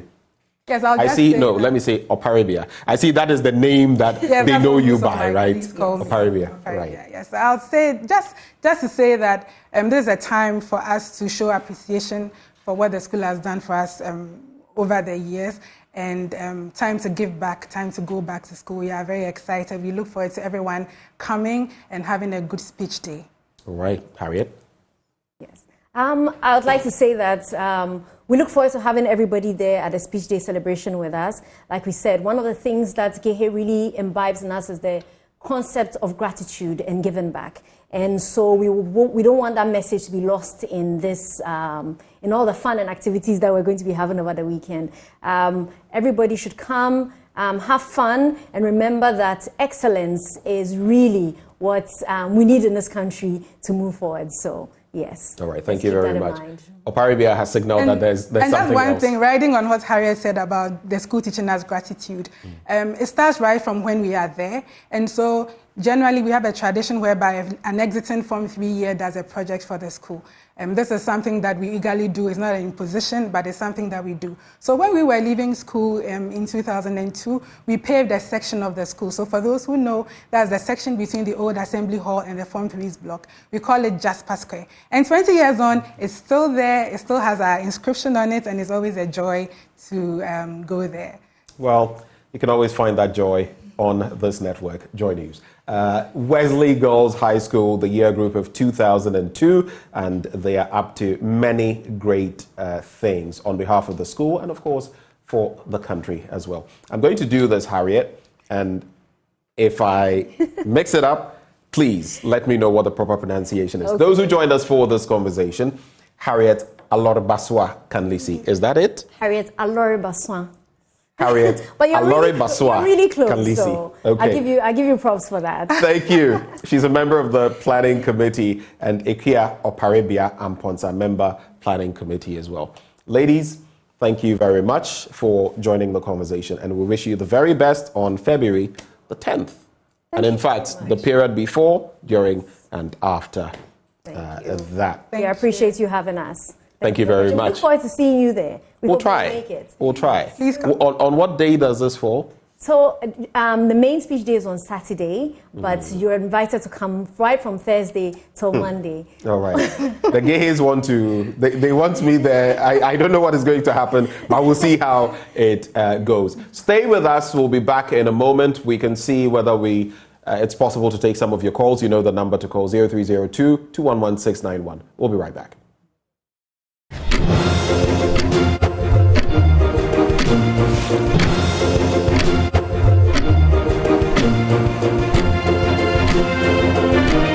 Yes, I'm on air.